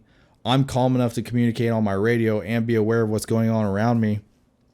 And then basically by the end of it, you're ready to handcuff yourself, and you haven't tried to grab my gun. So now I don't have to escalate things even more.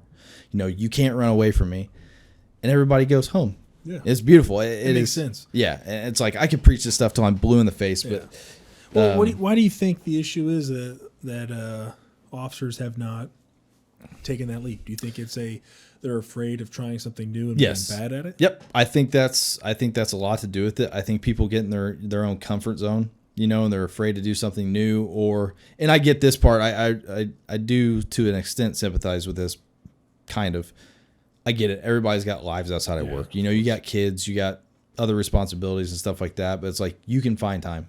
If I can find time, so can you. If I can find time to go to the gym and go to work, then go to jiu-jitsu and still spend time with my family, like, you can make it happen, And I take my son with me all the time. He loves it. He's going to be a little beast when he grows up. Dude, I've seen videos on YouTube of, now I don't train in jiu-jitsu, but I grew up with a brother. Yeah. And he's the same size as me. And fighting him is like, I mean, it's not easy. Then we did boxing for a while. But watching some of these cops try to apprehend or handle somebody, to me, it's like, come on, bud. Like, it's uncomfortable to watch sometimes. It's sad to watch. And it's not even, I'm not trained in that stuff. I was trained in boxing, so it's completely 100% different. But still, growing up with a brother, like, you gotta know body mechanics. Right. Like, fighting somebody that's your size, that's still, pretty strong dude. Like, right. Fighting somebody your size and then fighting somebody like on the street, like, we've had to do it before. And to me, most of the time, it's pretty simple stuff. Yeah. It's just, how does his body move, and how can I make that part hurt? Right. Like, that's really how I look at it. Yep. And a lot of it has to do too with, let's just be honest. Some people just don't ever experience or don't like physical confrontation.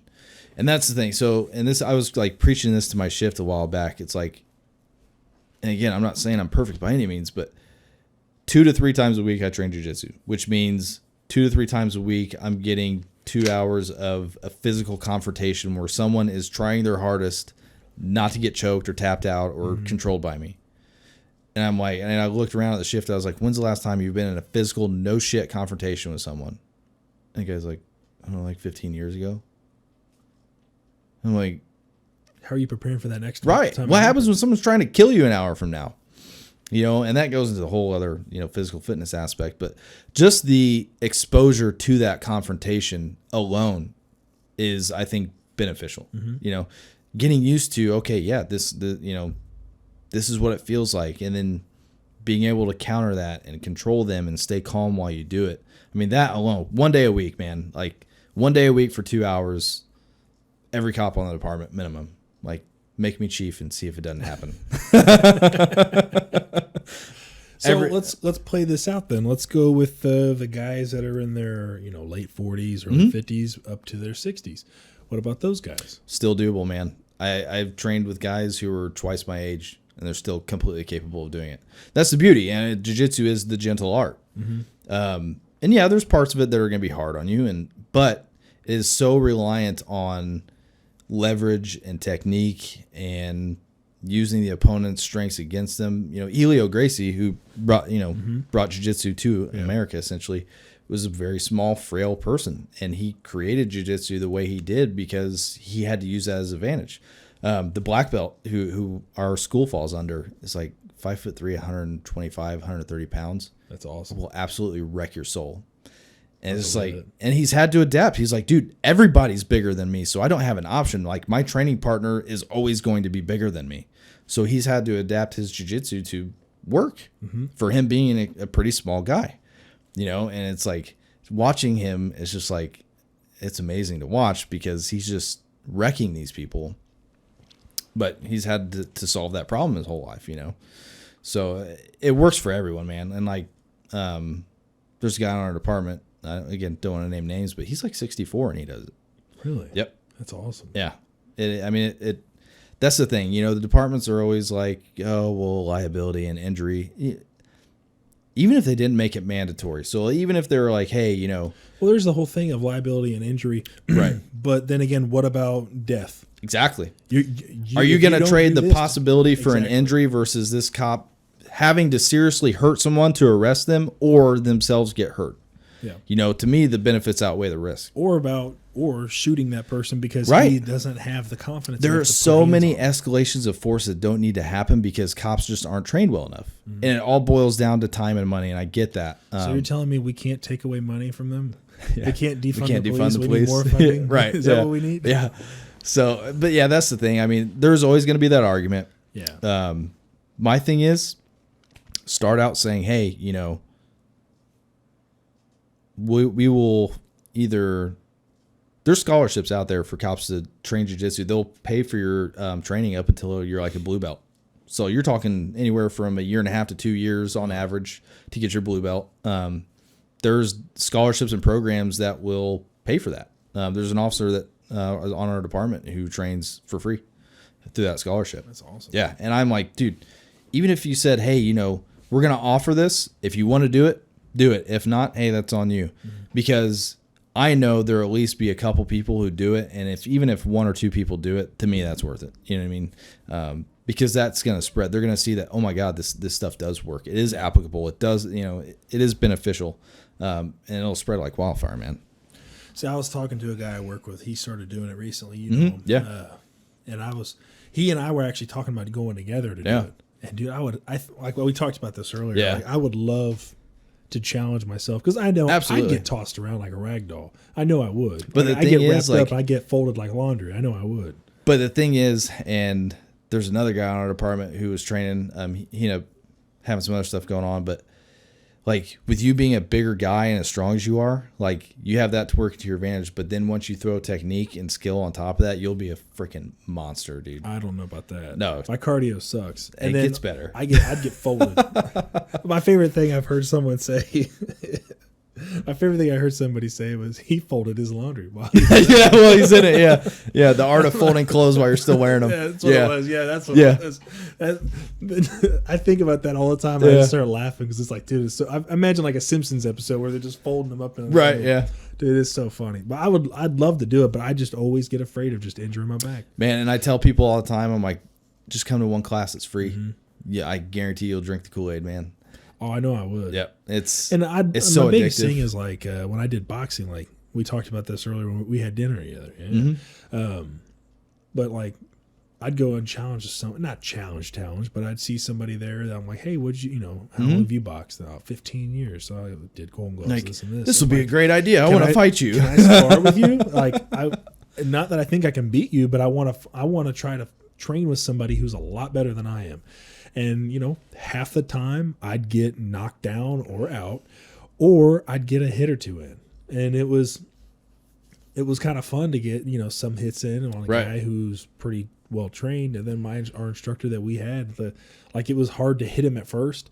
But then after a minute, okay, I'll try to hit him. And I still couldn't hit him at first. He was dodging all my swings and everything. And it was embarrassing. And then I get mad and then my eyes water, not because I'm crying, because I got hit in the nose. So I think I would really enjoy it. It's just I just get worried about just injuring my back. Right. I think I'd be all right. As long as I don't go You bring too up another crazy. good point, though. Everybody needs to experience getting punched in the face at some point in their life. Like what Mike Tyson said. Right. Everyone's got a plan Until they until get you punched in the face. And here's the other thing, too, and I'll mention a name on this because I don't think he'll mind. But, and again, I'll kind of revert back to, man, I truly did have the most amazing people and leaders during my time in the Marine Corps and growing up. One of them, his name's Marcos Martinez, and he's a master gunnery sergeant now in the Marine Corps. And he was also a huge influence in a lot of the reasons why I'm successful, honestly. Him and so many other people. Like, I would feel bad trying to name all of them because I know I would forget some of them, but Marcos, and it's weird calling him by his first name because I always call him by rank, Me and him deployed to Afghanistan together, and well, thank you very much for your service. No, yeah, I appreciate it, man. But that's kind of where I started getting interested in jiu-jitsu, is because at that time, I think he was like a purple belt when I was stationed with him. We would deploy together. He's a black belt now. But one of the things he always says is like, hey, you either win or you learn. And that's so true, dude. And it's like so many other things in life. Like, yeah, there's always a lesson to be learned, especially in your losses, But specifically, he's like, that's the greatest part about jiu-jitsu, man. Like, yeah, you get tapped, but hey, you learn from it. Like, and it's true. I mean, you don't get butthurt. It's like, hey, I know not to do that again. It's crazy because like you just start thinking of these little things that you did when you first started, and you're like, oh wow, every time I did that, I got my arm ripped off, or every time I did that, I got choked. Like, I'm not going to do that again. And it's so true, like I said. But yeah, so thanks, Marcos, for that tip, by the way. Marcos is the man. He is the freaking man. He's a movie star too. I'll tell you about that one day. Really? He's going to hate that I just said that. If he sees this, he's going to be so pissed. What was the movie? So he was actually in a documentary about, he was a drill instructor as well.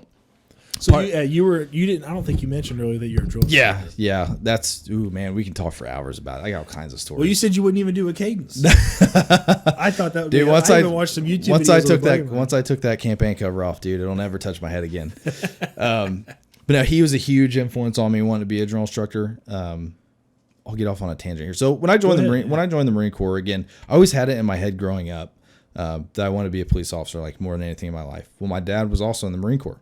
So when I got old enough, I started kind of like, you start to realize like, oh, okay, what the military is and like what the branches are all about. And I remember like seeing Marines for the first time, like in the commercials, like he's like fighting a dragon or something, and you see the uniform and you're like, oh my God, that's so cool. And then I find out my dad is that, and one of my uncles, again, my grandpa was in World War II in the Army, so the military kind of, as I got older, got more and more interesting to me. Well, then 9/11 happened, and I'm like, okay, this is what I'm going to do, and that really did solidify like me joining the military. It's like, dude, I want to go over there and kick someone's ass for this. Like, so, from then on, man, I was in 7th grade when 9/11 happened. And from then on, I was just like consumed with this like burning desire to be a Marine. It's like, oh my God, this is the only thing I can think about. Like, I'm going to do this. So my plan was, join the Marine Corps. I wanted to go to Iraq and Afghanistan and like go over there. And then after that, get out and go into law enforcement. That was always like kind of my plan. So, I get through recruit training. I go to my first unit. I stop sucking as much. And I start to learn as long as I work my ass off and surround myself around, the right people, I'm going to get better. I'm going to get good at this. And again, I had so many leaders that specifically, when I was a newer guy in Hawaii, I had a few guys that for whatever reason just saw something in me. I don't know what it was, but they really did pick me up and create me into kind of what I became. And I've always been thankful to have those people in my life, and I still keep in contact with them today. Excuse me. Because they really did, I think, kind of build the foundation for why I was successful in the Marine Corps.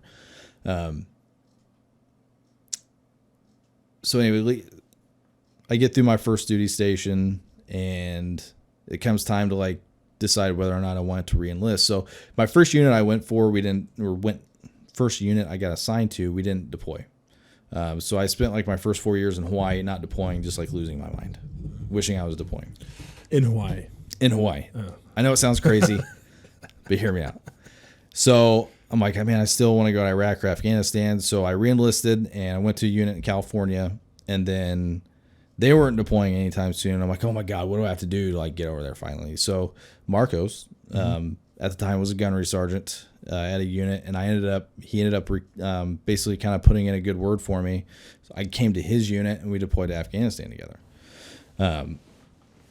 So after that, I had been around drill instructors during my time in the Marine Corps, and I always just and of course my drill instructors had a huge impact on me, but it's they're the picture perfect Marine. They're the embodiment of what it means to be disciplined and you know what I mean? So I always had that in the back of my head. I was like, man, I might, try to do this. It's an extremely difficult, demanding thing to do though. People, oh my God, you're a drill instructor. It must have been so fun to yell at people all day. You have no idea how hard it truly is. There's so much stuff that goes on behind the scenes that people don't realize. Really? Oh yeah. Like what?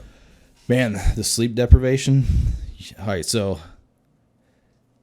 we'll get to this point. We'll kind of go in order here. All right, let's do it. So Marcos ends up kind of recommending me to go to the drill field. Anyway, so you have to apply to go to be a drill instructor, and you have to be screened, and they say the top 10% of the Marine Corps is who gets selected to go to the drill field. So I end up getting accepted. I get back from Afghanistan in May of 2012, and then I went to DI school July 5th, 2012. DI school is basically recruit training, boot camp all over again. But you're a sergeant and you've been in the Marine Corps for X amount of years, and now you're being treated like a recruit again. And I mean straight up treated like a recruit. Screamed at, uniform inspections, lack of sleep. I could go for hours. It's insane. And then you're at DI school and you're like, oh my God, this is the worst thing ever. And people are telling you oh yeah, you think it sucks now? Just wait till you're actually a drill instructor. Wait till you're they always say across the street. Wait till you're in the trenches and you're actually training recruits. Then you'll see what it's really like. And I'm like, it can't get any worse than this. And it did. But in a good way. I mean, it is, man, like I said, the most demanding, ruthless, the sleep deprivation, because you're always with the recruits, dude. Mm-hmm. I couldn't see my apartment for months at a time. Really?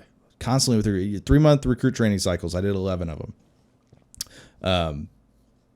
And very rarely do you go home, especially when you're a new guy. Dude, when you're the new drill instructor, you're not even a person. Essentially, you have no life. Your only life is destroying recruits. That's it.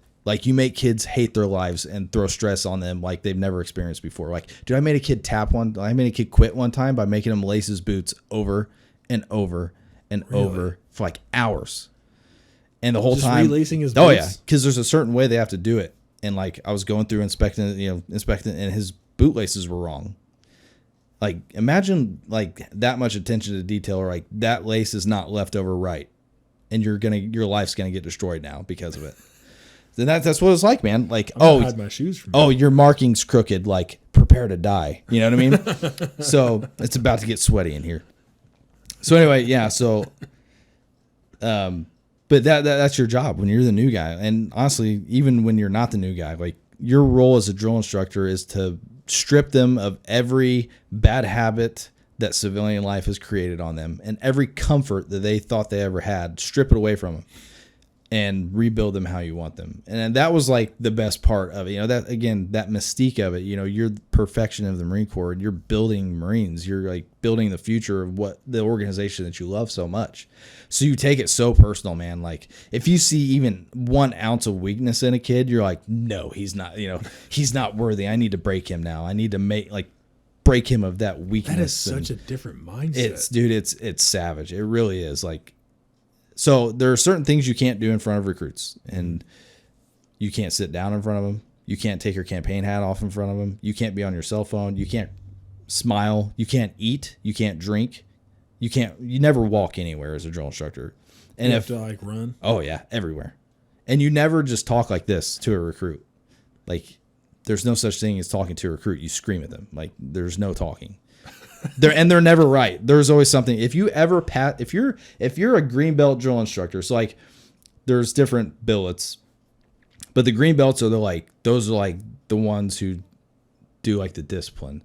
The seniors still do, but they're also the senior drill instructors, the ones who wear the black belts, are like more of like the daddy of the platoon. Like they're still gonna slay you, but they'll like give you mail and like teach you things from time to time. Right. So like that's the dude. When you're in recruit training, you have no communication with the rest of the world. No cell phones, nothing. Like mail is it. So like your senior drill instructor is the nice one that like gives you the mail at the end of the night and like make sure you're not gonna like run away and go UA because you're gonna go crazy, you know. So he'll actually like keep you in the fight. You know what I mean? So he comes in and he's motivating. Right. He's yes. Like, hey, yes. He's like the guy that it'll like pass. Just listen to what they do. The green belts break them down and destroy them. The senior does that when necessary, but also builds them back up, kind of motivates them. Like if daddy or the senior is like destroying the whole platoon, like it's not uncommon for kids to be like crying because they're so upset about it. Like, oh my God, I just disappointed dad. I'd like be one of those. Dude, like I just disappointed him. Like he takes care of me and I just disappointed him and you know, now he hates us.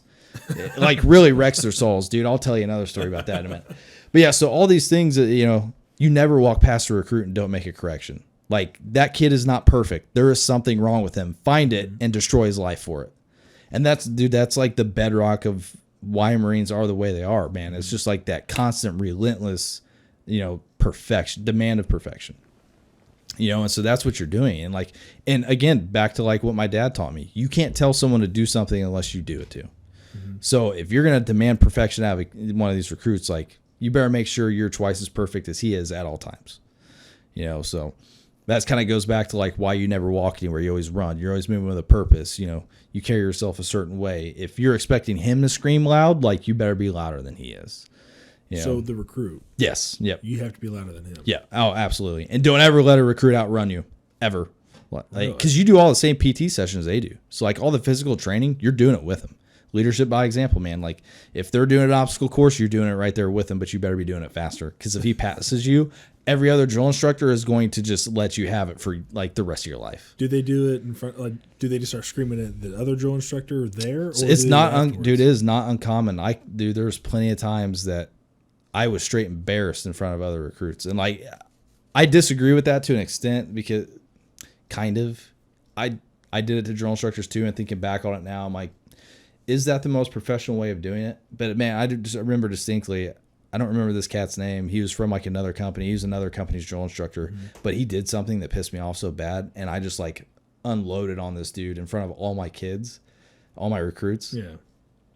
And like, I think about it now, I'm like, man, that was like kind of harsh, you know, but that's just the life. I mean, that's the cost of doing business out there, man. Like you don't have time to pull someone aside and be like, hey, don't do this again. Like, no, like you see something, you correct it and you move on.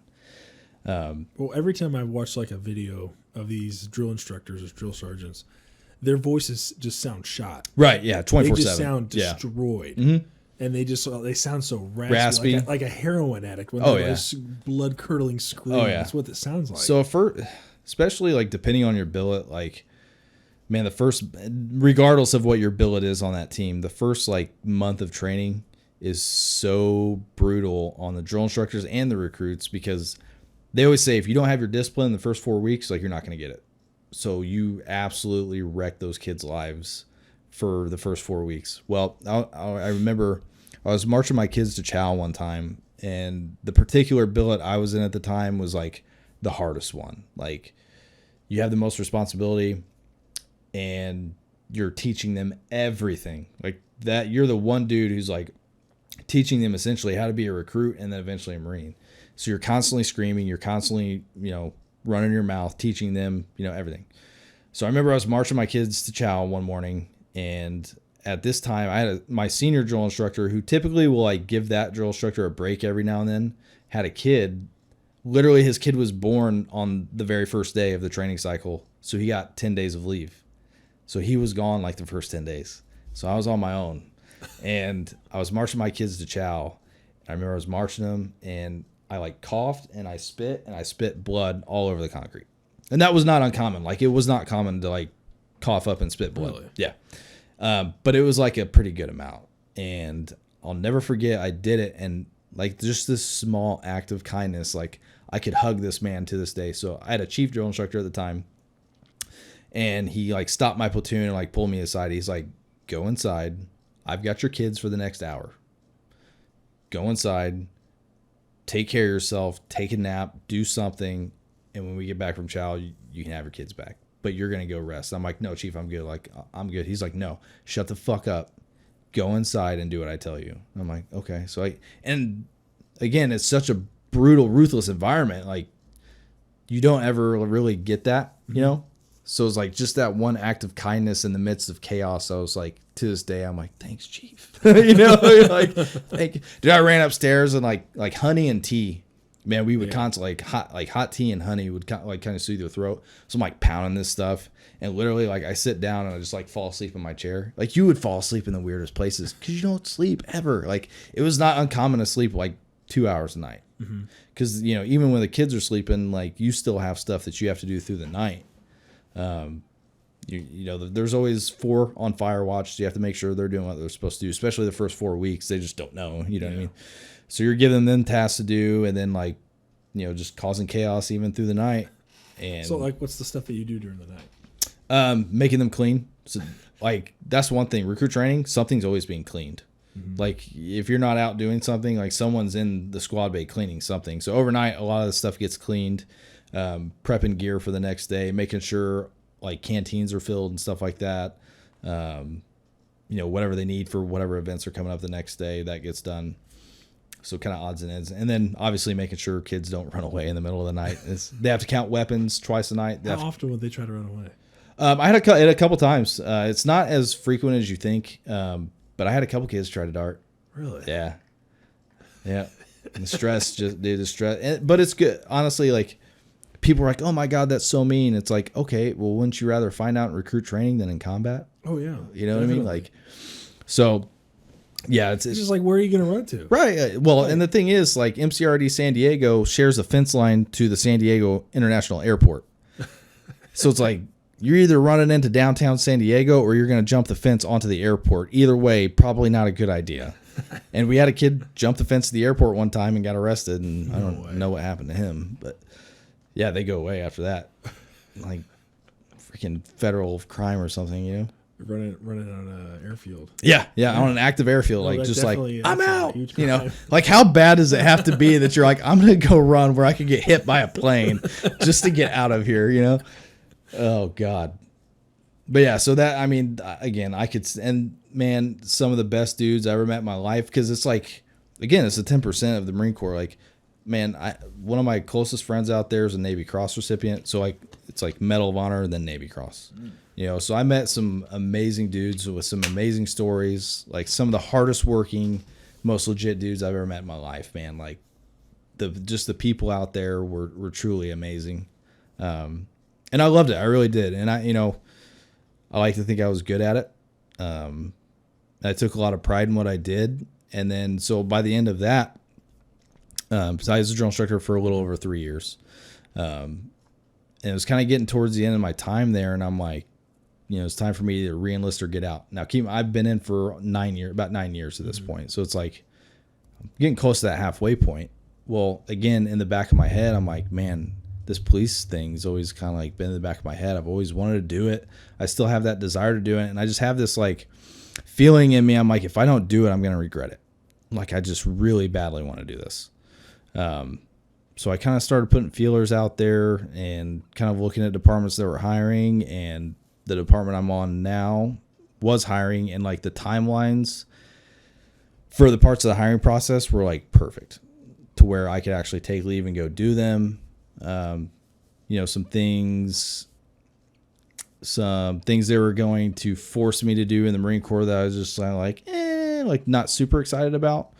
Also that led to that decision a little bit, but ultimately I made the decision after that to get out. And like, dude, I surprised some people, man. Like, I had people like legitimately upset. They're like, you're getting out of the Marine Corps? Like, oh my God, what are you thinking? Like, you've done all this stuff and been so successful, and like, you've gotten promoted quicker than anybody like ever, all this other is like, and you're going to get out? Are you crazy? I'm like, man, it's just like, it's my time, and I don't regret the decision at all. I don't, I really don't. I love it. The Marine Corps is obviously, who I am essentially. And the only thing that I will say I miss is the people, man, like that bond. And just, again, I was surrounded by so many good people, and I really owe like everything I have now to, those people. So, and they know who they are. So why did you choose the department that you're at now? So I always wanted to work kind of in this general area. At the time, I wanted to work in the same county as the rest of my family. So like right now I had, at the time, my dad, an uncle, and a cousin all worked in this county. Yeah. I'm like, that'd be so cool to like be in law enforcement, like with my family, in the same area. I didn't want to go work for the department my dad was on for a couple reasons. One, I didn't want to put him in that position.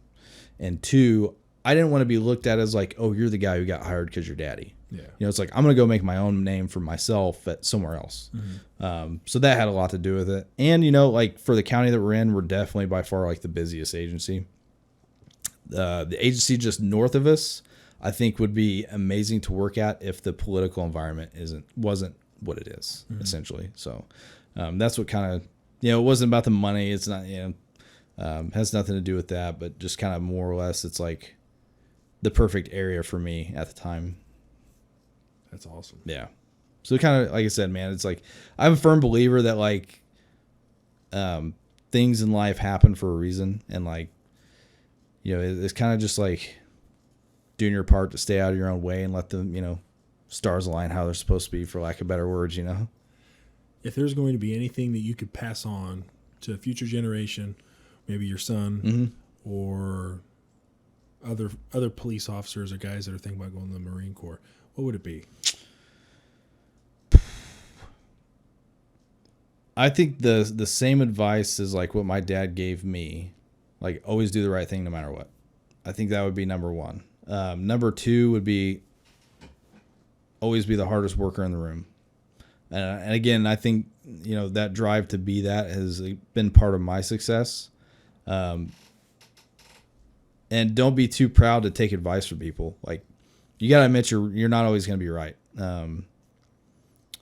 And just be a team player. Like, it's all about, it sounds corny or whatever, but it's not about you. I mean, it absolutely is not about you. It's about the guy to your left and to your right. And I think if you always kind of keep that in mind, and look out for each other, then you'll be successful. But, I think that's the biggest thing, is just always do the right thing and, work your ass off. And I think anything you want in life comes with hard work. You work hard enough for something you want, you put in the time, you put in the effort, eventually I think you're going to accomplish what you want to accomplish in life. Well, it seems like you've accomplished a lot. A little bit. Yeah. I've been very fortunate. Like I said, and I owe it to everybody I've been surrounded with my entire life. I don't think, I've done anything for myself. I think I'm just a product of, some people who saw some things in me for whatever reason and kind of helped me get to where I am. When you talked about I know it's been about almost 2 hours. When you talked about surrounding yourself with people that are, I mean, not just only like-minded, but successful as well. Mm-hmm. A lot of people have issue with doing something like that because they're afraid of change. They're afraid of the challenge. Yeah. And that's something that I've been told as well. Is like, you only hang out with people that are like-minded. Yeah, I do. Yeah. And those are the people that push you to be better, man. Yeah. You know, I think eventually if you surround yourself with crap, you're going to be crap. You know what I mean? But sometimes you also have to be the guy that, you know, maybe you help that person who's having a hard time to get on your level. And I think that makes always, don't just push them away. Right, yeah. Say, hey, pick up the downtrodden, man. Always try to give them some help. Yep. But if also, this is something for anybody else. I mean, I'm wanting to talk to the people that are, you know, the younger crowd or somebody who hasn't really thought about this yet. But like what you said earlier, when you're talking, assume the person you're talking to knows something you don't know. Right, absolutely. That's literally a chapter in the book from Jordan B. Peterson, 12 Rules for Life.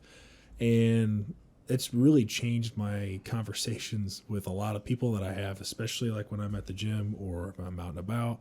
I always assume that person that I'm about to talk to knows something I really don't know, so let me find out what it is. Absolutely. And with people that are surrounding themselves with, if you walk into a room and you're the smartest person in that room, you're in the wrong room. Right? Yeah, you absolutely. Need to be going to a different room, buddy. Like, you need to be going to the room where you're not you don't want to be the dumb person always. Like, it's not the fun person being the dumb guy all the time. Right. But you don't want to be the smartest person in every room because that means what are you learning? Right. What are you gaining from that room? One thing I was told when I was a young Marine, like his name's Eric Aber. Me and Eric had a weird camaraderie because he would absolutely work the dog shit out of me. He was my superior by like one rank. And when I first got there, he was like the one that kind of took me under his wing. I say that, but he did it in a very demanding, hard manner. Like holding you accountable to Absolutely. Absolutely. And the one thing he always told me is adversity introduces a man to himself. And today I still think about that all the time. Like, you have to do something that challenges you mentally, physically, that is hard to do. And that's one thing he always said, like, you know, whenever something hard was happening, he'd be like, adversity introduces a man to himself. You better grow from it, you know? But man, he had such a good way of separating. Like, when we went to work, it was work. And it was like professional, you know, we were there to do a job. We were there to save lives. That's what we were there to do. But then when we got off work, he was like the first dude to be like, hey, let's go grab a beer and talk about it. So he had such a weird dynamic to him. And it's like, dude, you're bipolar as hell. Like, what's going on? But no, it's just like, he would break you down and then build you back up and show you the lessons that you need to learn from it, you know? So, and we ended up becoming really close friends. But yeah, that's just one of the things that he taught me that's always stuck with me too, about adversity. So, is there anything else you want to add? No, not really, man. Well, dude, I had so much fun. I really enjoyed the time. Really did fly by. Honestly, we were talking about that. It's like blinking. I could probably go for like 3 more hours and tell you all kinds of crazy stuff, dude. We could totally, because we didn't even talk about Afghanistan. No, we didn't. That's like a whole other chapter of the book, man. What we can do is, here's what we can do, because we're almost at 2 hours now. What we can do is have you back on another time. Yeah, that'd be awesome, dude. Yeah, there's a bunch of different little chapters we could get into for sure. We can do a bunch of stuff. We can do whatever. I mean, oh, by the way, I meant to ask you, why is it that cops always decide to park in front of the house that's on fire? Do they just want to be like heroes that bad? Well, I can think of a specific time that the body camera footage is hilarious. And it's like, I like to have a good time at work. Yeah. Like, I know I'm a kind of a serious person, but dude, I love to have fun at work too. But like, so a certain business, the shrubs outside caught on fire one time, and I was like the first one there. And my body camera is like me running to grab my fire extinguisher. And I was like, I've always wanted to be a true hero. And I'm like spraying the bushes. Luckily, the building didn't catch on fire. But I just remember like, oh, man, those firefighters are going to be so mad. I just put out this fire. But I don't know, man. It's just like, I don't know if they just want to like be the first one there and think they have to pull up like right up to the house. Like, no, bro, like get upwind and get out of the way. Maybe, you know, that would probably be a good idea. Every time if a cop is en route or even on scene, they are always on the scene and in the way. Yeah. They're always in the way. Yeah. Well, what you do is you box them in so that they can't leave. Then they learn. It's like, now you're stuck here. Now you learn your lesson. We almost boxed one of them in. Like he was pulling right behind one of the other trucks. We were second due into this in the area that I live in, and the cop was right behind the first apparatus, and my boss was like pulling right behind him. Yep. And yeah. I said, okay. Yep. And then as soon as I did, he went up and around and everything. I was like, damn. I remember getting an email. So I don't know if that had happened like a few times and it got brought up or what, but I remember getting an email from the chief like, hey, and this has been a while now, a couple of years ago, but basically readdressing that like, hey, stop parking in front of the houses that the fire department needs to get into. Because, I mean, what I'll go ahead and say, I mean, if hopefully officers stayed to this point in the video. Right. But it does get a little bit. My biggest thing is there's going to be parked cars everywhere. Yeah. Don't block the road. Try to get off the road best you can. Right. But, like, I want to go through a car. Yeah. I want it's like, to I'm just waiting for that window. day. Just like we're waiting for the day to, like, put out a fire. Like, they're waiting for the day to put a hose for a freaking supply line through your window, bro. I want to take a supply line through a window. Yeah. I mean, that's just something that if I see it and it's right there, hey boss, can I do this? I got it's not even a question. It's hey, I had to get the direct line. I don't want any bends in this because it's gonna take the PSI down. Yep. I don't want to do that to my boys inside.